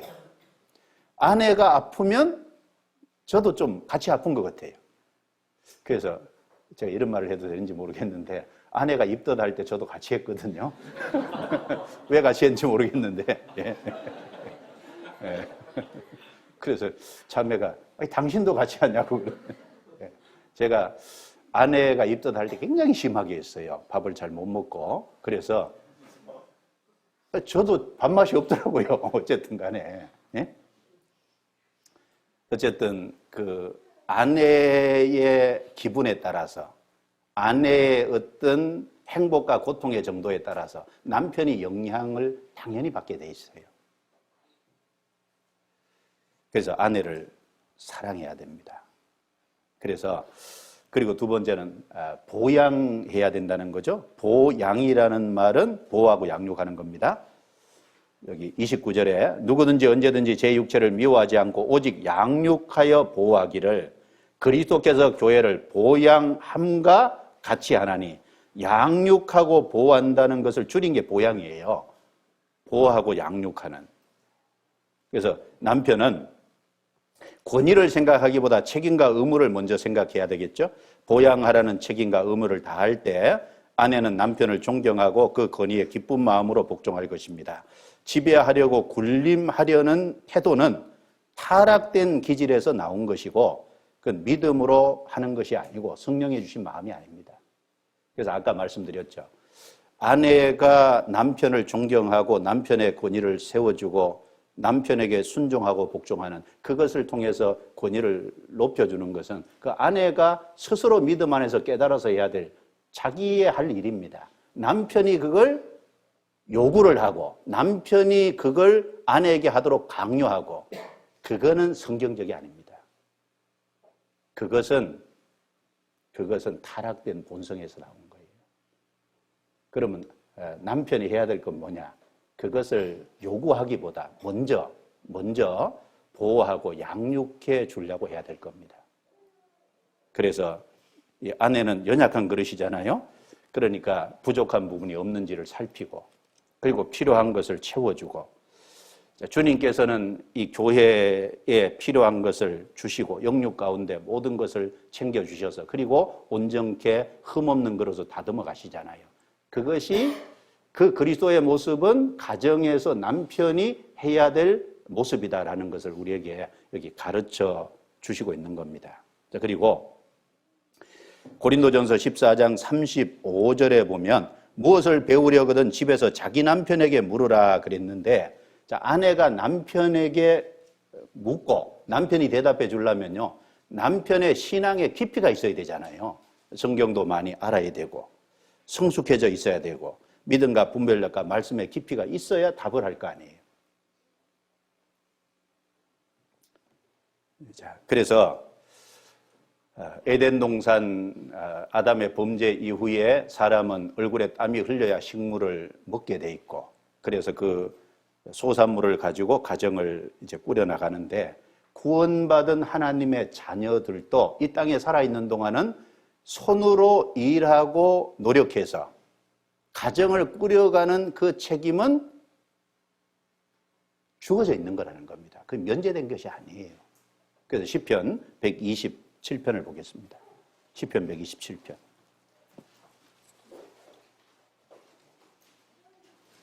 시편 127편.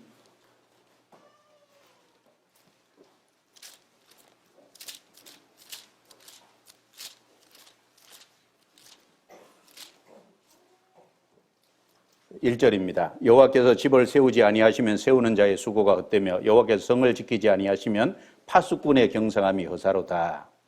그러면서 128편 1절부터 3절 같이 읽습니다. 여호와를 경외하며 그 도에 행하는 자마다 복이 있도다. 내가 내 손이 수고한 대로 먹을 것이라. 내가 복되고 형통하리로다. 내 집 내실에 있는 내 아내는 결실한 포도나무 같으며 내 상에 둘린 자식은 어린 감람나무 같으리로다.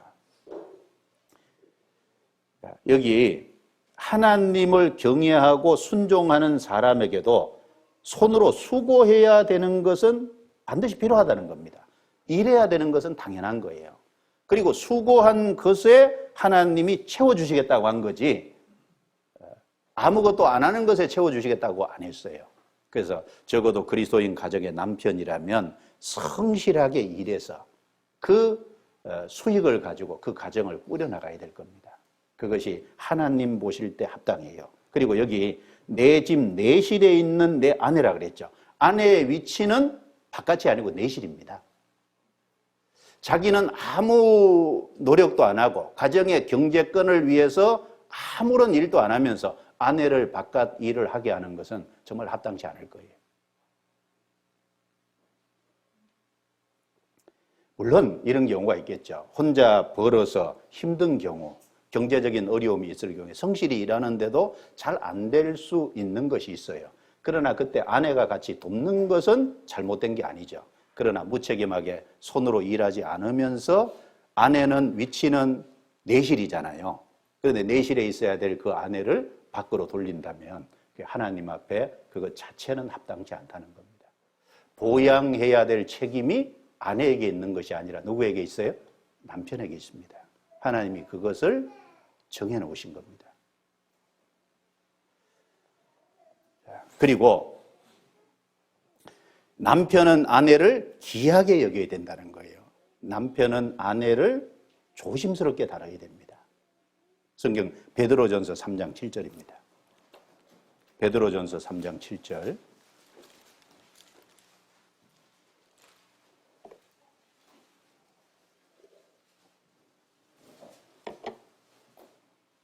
(3장 7절) 같이 읽겠습니다. 남편 된 자들아 이와 같이 지식을 따라 너희 아내와 동거하고 저는 더 연약한 그릇이요 또 생명의 은혜를 유업으로 함께 받을 자로 알아 기히 여기라. 이는 너희 기도가 막히지 아니하게 하려 함이니라.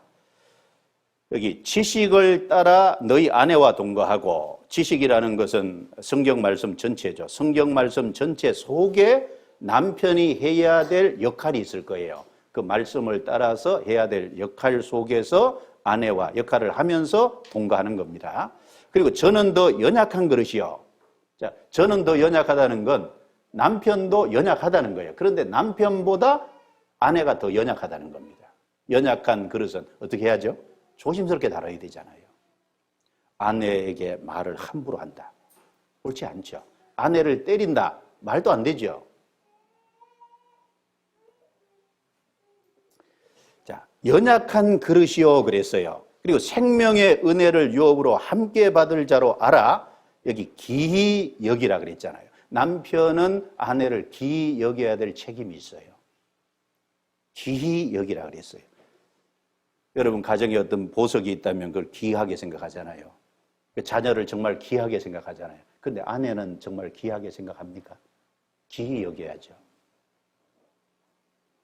그래서 정신적으로 육체적으로 더 연약하다는 것을 생각하고 조심해서 대해야 됩니다. 만약에 아내가 없다면 아내의 자리가 얼마나 소중한 자리였든지 그때 가서 후회가 될 거예요. 후회하기 전에 옆에 있을 때요. 후회하는 것은 소용없잖아요.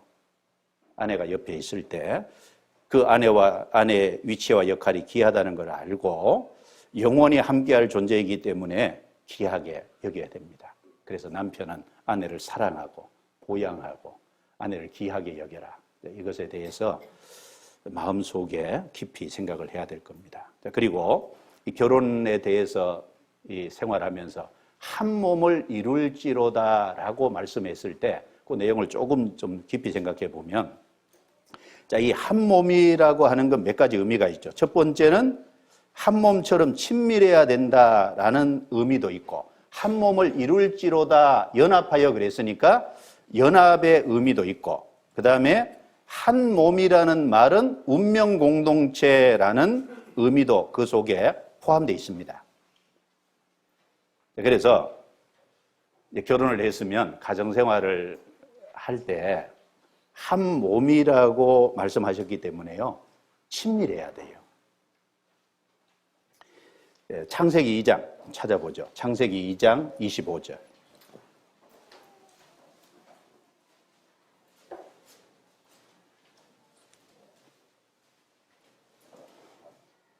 (2장) 24절 25절 같이 읽어볼까요? 이러므로 남자가 부모를 떠나 그 아내와 연합하여 둘이 한 몸을 이룰지로다. 아담과 그 아내 두 사람이 벌거벗었으나 부끄러워 아니하니라. 자, 한 몸을 이룰지로다 그랬고 25절에 벌거벗었으나 부끄러워 아니하니라 이렇게 말씀했습니다. 사실 그 어릴 적에는 벗은 몸을 부모 앞에 보였잖아요. 근데 커서는 부모 앞에서 옷을 잘 벗지 않죠. 그런데 성장해서 우리가 잘 생각해 보면, 목욕탕 갔을 때 말고요. 평상시에 벗은 몸을 보여줄 수 있는 유일한 존재가 사실은 남편과 아내 관계입니다. 그러니까 내 벗은 몸을 보여도 부끄럽지 않게 생각할 수 있는 대상이 딱 남편과 딱 아내밖에 없다는 거예요. 자식 앞에서도 벗지 않잖아요.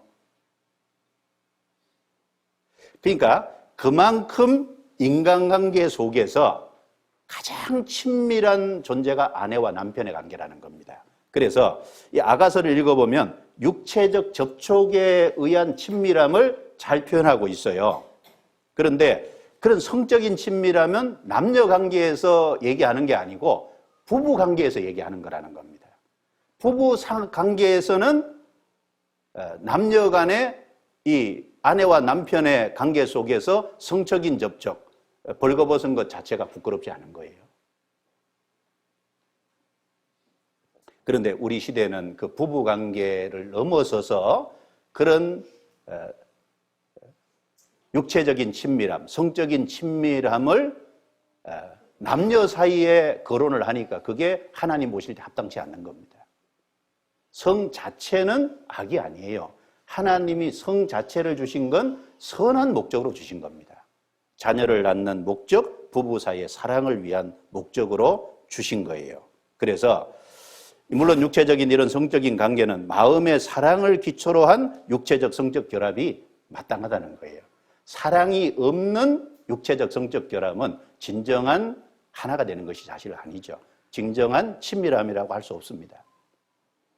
그래서 전도서 5장 19절에 보면 너는 그 품을 항상 족하게 여기며 그 사랑을 항상 연모하라. 그 품을 항상 족하게 여기라 그랬어요. 남편과 아내. 그 사랑을 항상 연모하라. 그래서 정말 친밀해야 됩니다. 그리고 부부 사이는 성적인 정상적인 관계가 돼요. 그래서 사랑을 기초로 한 정상적인 성을 사용하는 가정이 돼야 됩니다. 그 성경에 그걸 말씀해 놨잖아요. 성경 고린도전서 7장 한번 찾아보죠. 고린도전서 7장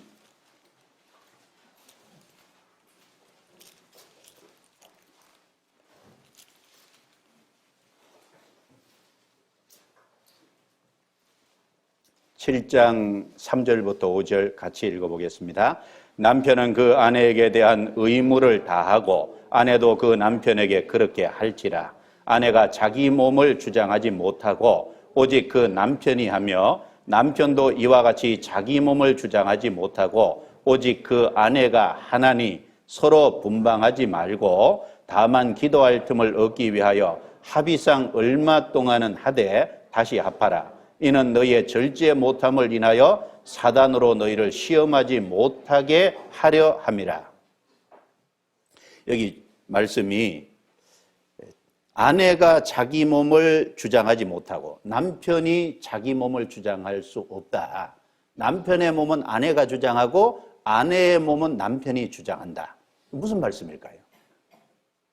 가정의 정상적인 성을 말하는 겁니다.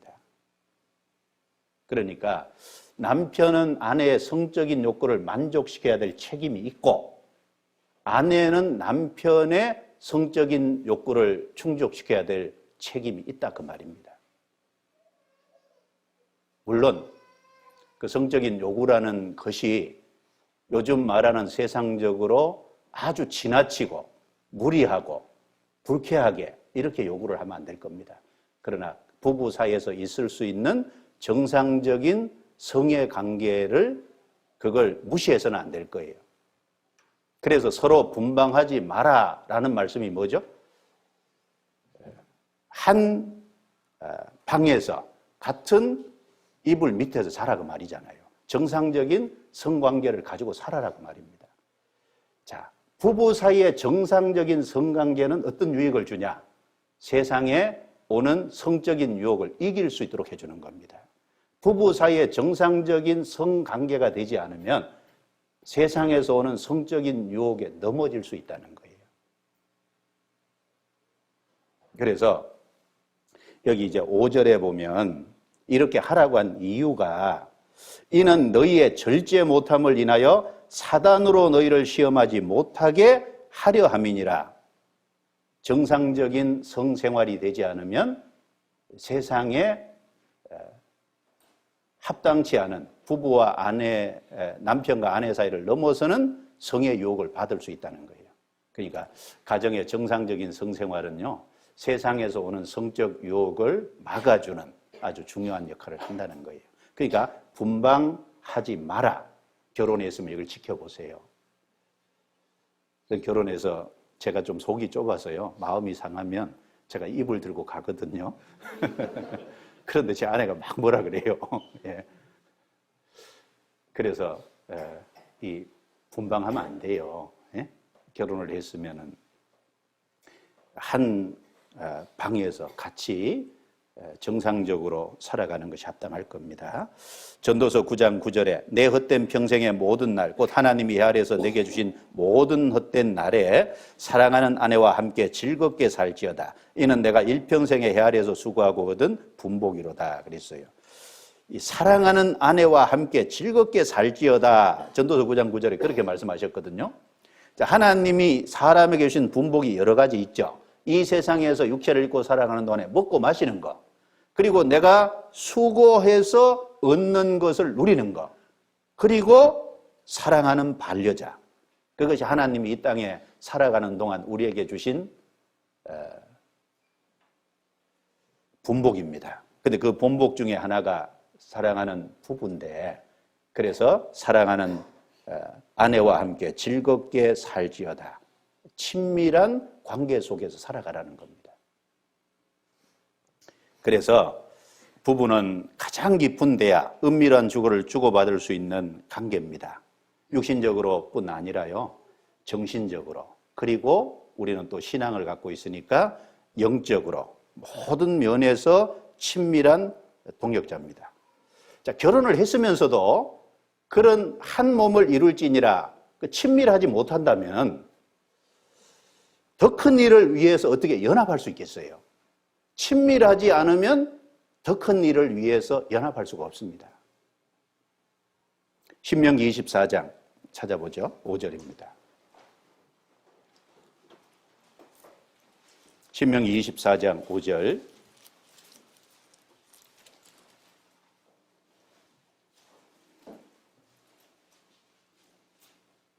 (24장 5절) 같이 읽습니다. 사람이 새로이 아내를 취하였거든 그를 군대로 내어보내지 말 것이요 무슨 직무든지 그에게 맡기지 말 것이며 그는 1년 동안 집에 한가히 거하여 그 취한 아내를 즐겁게 할지니라. 요즘 뭐 이렇게 할 수는 없어요. 그러면 이제 굶어야 될 거예요. 예. 그런데 제가 이 성경을 보면서요, 왜 이런 말씀을 하셨을까를 좀 생각을 해봤어요. 여기 성령의 감동하심으로 기록해 주신 말씀이잖아요. 하나님의 입에서 나온 말씀이거든요. 자, 결혼을 한 1년 동안이잖아요. 새로이 아내를 취하였거든. 그 말은 신혼 때 말이지 않습니까? 한참 살다가 중간에 1년 말하는 게 아닙니다. 처음 1년을 말하는 거예요. 1년 동안 그 취한 아내를 즐겁게 할지니라. 그러면 단순히 아내를 즐겁게 해주기 위해서 1년 동안 그런 시간을 가지라고 한 것일까? 아닐 겁니다. 결혼하고 1년이 사실 중요해요. 왜냐하면 친밀함을 가질 수 있는 아주 좋은 시간이라고 생각합니다. 그런데 남녀라는 차이점이 있잖아요. 그리고 살아온 환경과 기질과 다양한 어떤 것들이 달라요. 그런데 그것이 하나가 돼서 그런 서로에게 있는 오해들이 풀리고 서로가 정말 친밀하게 되고 연합하게 되려면 많은 시간을 가져야 됩니다. 그건 그냥 저절로 되는 게 아닙니다. 그러니까 결혼 초기가 중요하다는 얘기입니다. 결혼 초기에 자주 대화하는 것이 그래서 필요하다는 거예요. 한번 삶을 잘 보면요, 결혼 초기에 대화를 안 하면 나중에 가서 마음 잡고 하려고 하면 안 돼요. 결혼 초기에 대화를 자주 하는 사람은 나중에도 잘 할 수 있습니다. 근데 결혼 초기에 대화를 자주 안 하면 대화하는 것도 어려워요. 결혼 초기에 친밀함을 위해 애쓰지 않으면 나중에 친밀해지기가 쉽지 않습니다. 그러니까 하나님이 가정이라는 것이 세워져야 이스라엘이라는 한 나라가 세워지고, 가정이라는 것이 세워져야 그 가정이 기초가 돼서 하나의 교회가 세워지는데, 그러니까 그 가정이 세워지려면 부부가 정말 연합이 돼야 되거든요. 연합이 되려면 정말 친밀해져야 됩니다. 그러니까 단순히 아내를 즐겁게 해주기 위해서 1년에 한가한 시간을 가지라고 말씀하신 것은 결코 아닐 겁니다. 그러면은 우리가 살아가는 삶을 한번 잘 돌아보세요. 나는 정말 아내와 남편과 대화할 수 있는 시간을 많이 가지고 있느냐? 가지고 있으세요? 끄떡이는 분도 있고, 가만히 있는 분도 있고. 가져보세요. 근데 집에서 둘이 이제 식사하고 앉아 있는데 우리 교제합시다 그러면요, 잘 못해요. 그렇게 하면 안 되고 바깥에 나가야죠. 커피숍에 가든지. 제일 좋은 방법이 있어요. 산책하면 대화가 잘 돼요. 제가 겪어보니까 그렇더라고요. 집에서는 잘 안 되는데 같이 걸으면 대화가 잘 돼요. 왜냐하면 보이는 사물이 많잖아요. 보이는 사물이 많은 만큼 말할 수 있는 게 많이 생겨요. 그 말하다 보면은 중요한 얘기까지 해요. 그렇죠?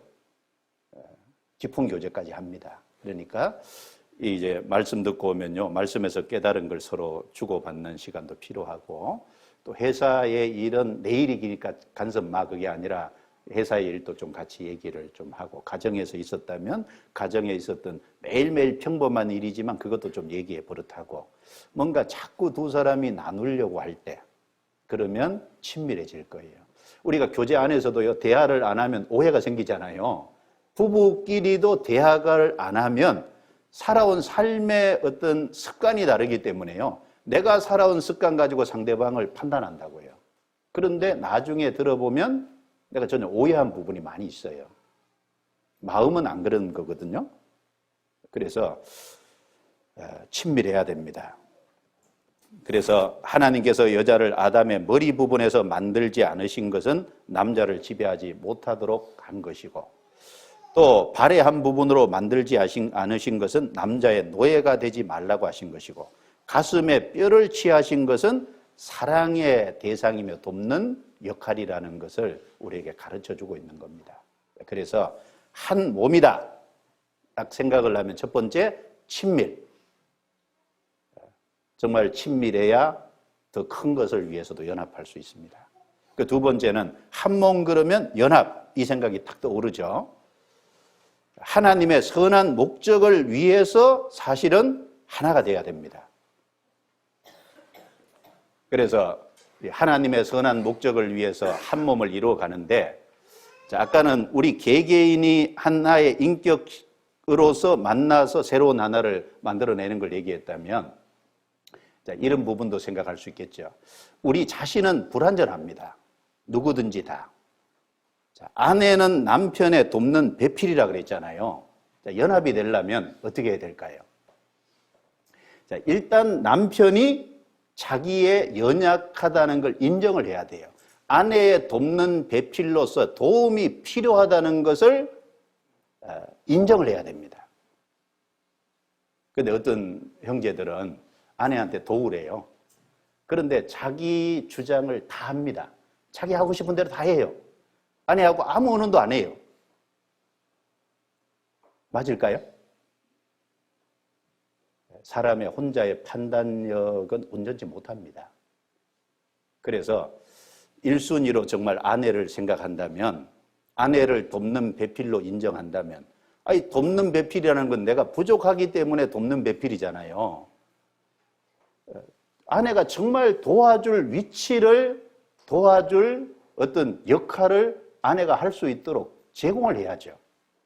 그러려면 먼저 남편인 내가 하나님 앞에 부족한 것이 있고 연약한 것이 있고 나도 도움을 필요로 하는 사람이다라는 것을 먼저 인정부터 하셔야 돼요. 그래야 아내가 도와줄 수 있는 공간이 생기고 역할을 할 수 있는 공간이 생깁니다. 아내에게 물어야 아내가 대답을 해줄 수 있잖아요. 자기 혼자 다 해나가면 아내의 역할이 뭐예요? 그냥 아내는 그냥 빨래하고 밥하고 애 키우고. 물론 그거 아내의 역할이죠. 그런데 그것이 아내의 역할로서 전부일까요? 가장 중요한 역할이 뭐라고 생각합니까? 가정은 하나님을 1순위에 두고 하나님을 섬기는 가정이 돼야 됩니다. 그러면 아내의 첫 번째 역할은 남편이 하나님께 쓰임받고 하나님의 일을 하는데 정말 도와주는 돕는 배필이 돼야 되거든요. 밥하고 빨래하고 나머지 가정 일을 하는 건 2차적인 거예요. 그게 가장 중요한 일은 아닙니다.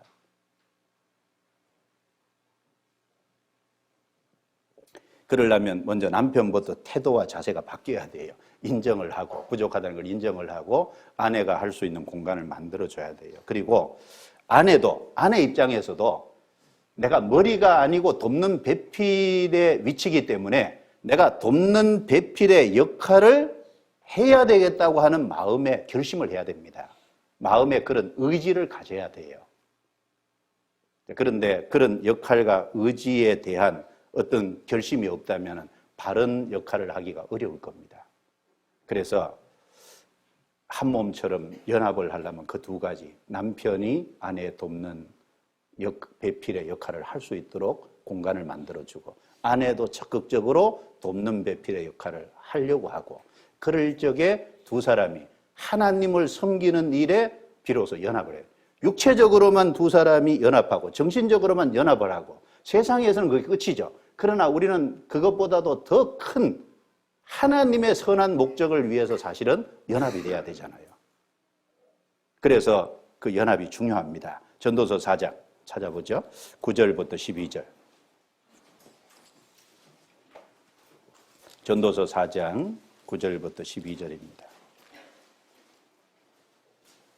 9절부터 12절 같이 읽어보죠. 두 사람이 한 사람보다 나음은 저희가 수고함으로 좋은 상을 얻을 것임이라. 혹시 저희가 넘어지면 하나가 그 동물을 붙들어 일으키려니와 홀로 있어 넘어지고 붙들어 일으킬 자가 없는 자에게는 화가 있으리라. 두 사람이 함께 누우면 따뜻하거니와 한 사람이면 어찌 따뜻하랴. 한 사람이면 피하겠거니와 두 사람이면 능히 당하나니 삼겹줄은 쉽게 끊어지지 아니하느니라. 이 말씀에 있는 것처럼 수고함으로 좋은 상을 얻을 것임이라. 한 사람이 할 수 없는 일을 두 사람이 할 수 있어요. 그러니까 하나님 앞에 섰을 때 좋은 상을 받을 수 있습니다. 그리고 한 사람이 넘어지면 그 다른 사람이 붙잡아 일으켜 줄 수 있는 것이 있어요. 함께 놓으면 따뜻하다는 것처럼 동고동락하는 가운데 서로에게 위로가 되죠. 장애물이 생기면 극복할 수 있겠죠. 그래서 그 가운데 그런 삶을 살 때 그 가운데 하나님이 계셔서 삼겹줄은 끊어지지 않습니다. 교회에 가장 최소 다니는 가정입니다. 두세 사람이 내 이름으로 모이는 곳에 나도 그들 중에 있느니라. 그러니까 가정은 바로 교회입니다.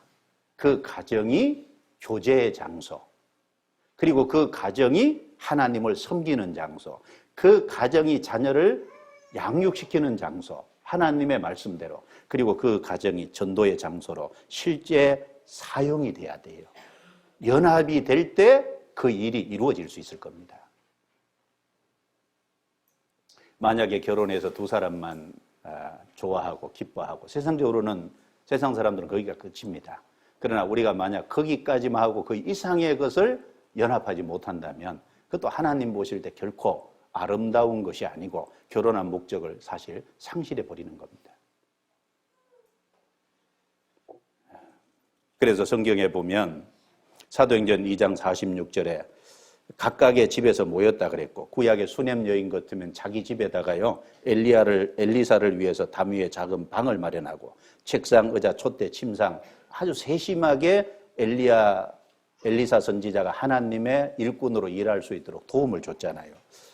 마르다와 마리아는 자기 집에 예수님을 대접했습니다. 그리고 세리 마태는 예수님의 부름을 받고 난 이후에 자기 집을 개방해서 예수님을 자기 집에 모시고 자기 동료들을 집으로 초대해서 예수님을 위해서 잔치를 했습니다.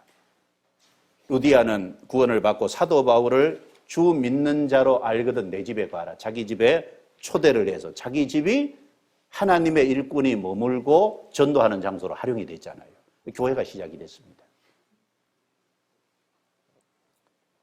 자, 그래서 수학적으로 1 플러스 1은 2입니다. 그런데 둘이 한 몸이, 둘이 하나가 되는 것은 우리 각 사람이 반쪽을 각각 빼버려야 될 겁니다. 그래서 우리는 가끔 내가 받으려고, 내가 사랑받으려고, 내가 뭘 얻으려고 이제 결혼하는 이런 이기적인 육신의 본능이 있기 때문에 불행함을 느낍니다. 그러나 우리가 이제 결혼을 했다면은 내가 사랑을 주려고, 그리고 뭔가 나누어 주고, 그러는 삶으로 바뀔 때 두 사람이 행복할 수 있을 거예요. 그래서 우리는 자연인의 마음이 아니라 주님이 우리에게 주신 마음을 가져야 될 겁니다. 그리고 한 몸은 운명 공동체라는 것을 기억해야 되겠죠. 한 몸은 성경의 교회를 말합니다. 그래서 한 지체가 고통을 받으면 다른 지체도 고통을 받습니다. 물론 그 말씀이 교회를 가리키는 말씀이지만 그러나 부부 간에도 마찬가지잖아요. 자, 남편이 잘못해서 징계를 받으면 아내가 그 영향력에서 벗어날 수가 없습니다. 자, 그리고 아내가 잘못해서 징계를 받으면 하나님 징계를, 남편도 부부로 엮여 있기 때문에 같이 영향력이 있을 수밖에 없어요. 축복과 저주가 사실 어떤 의미에서 공동으로 맞물려져 있는 거예요. 한 사람이 잘함으로 그 가정에 축복이 임하고 한 사람이 잘못함으로 그 가정의 신앙을 망쳐버릴 수 있잖아요. 그래서 내 책임이 크다는 걸 생각해요. 나를 위해서뿐 아니라 아내와 남편과 내 가정의 자녀들을 위해서 우리가 우리 자신을 깨끗하게 하고 우리 자신에 대해서 더 채찍질을 해야 될 겁니다. 그래서 한 몸이라는 그 말씀 속에 친밀함, 연합, 그리고 운명 공동체 이런 의미가 묶여져 있습니다. 그래서 한 몸을 이룰지로다 그랬으니까 이루어졌다예요? 이룰지어다예요? 이루어가는 겁니다. 친밀함도 이루어가는 거죠. 그리고 연합도 이루어가는 겁니다. 완성품이 아니죠. 더 온전하고 더 좋은 방향으로 이루어가는 겁니다. 그래서 축복을 받는 가정으로 이루어가야 될 겁니다. 여기까지 오늘은 하고요. 내일 조금 말씀 못 드린 건 내일 이어서 말씀드리고, 그리고 내일 질의 응답 시간, 질문하신 거 조금 대답을 하는 시간을 갖겠습니다. 처음에 들어왔을 때는 몇 분 안 계셨는데 언제 많이 오셨네요. 네. 그래서 잘 살아보기 위해서, 좋은 가정을 이루기 위해서 시작된 거니까 이런 것이 가정을 세우는 데 도움을 되면 좋겠습니다. 내일 저녁에 뵙겠습니다. 기도하겠습니다. 하나님 감사합니다. 우리에게 귀한 시간을 주시고 또 하나님의 말씀으로 하나님이 세우신 아름다운 가정이 어떤 가정인지를 살펴보게 해주심을 감사합니다. 우리에게 하나님의 기뻐하시고 선하신 뜻이 무엇인지 더욱 발견케 해주시고 아름다운 가정을 만들어감으로 그 가정을 통해서 하나님이 영광을 받으실 수 있도록 도와주옵소서. 우리 각 사람 더욱 붙잡아 주시고 그 자녀들도 신앙 안에서 잘 자라도록 도와주시옵소서. 내일 저녁 시간도 주께 부탁합니다. 우리를 구원해 주신 주 예수님 이름으로 기도드리옵니다. 아멘.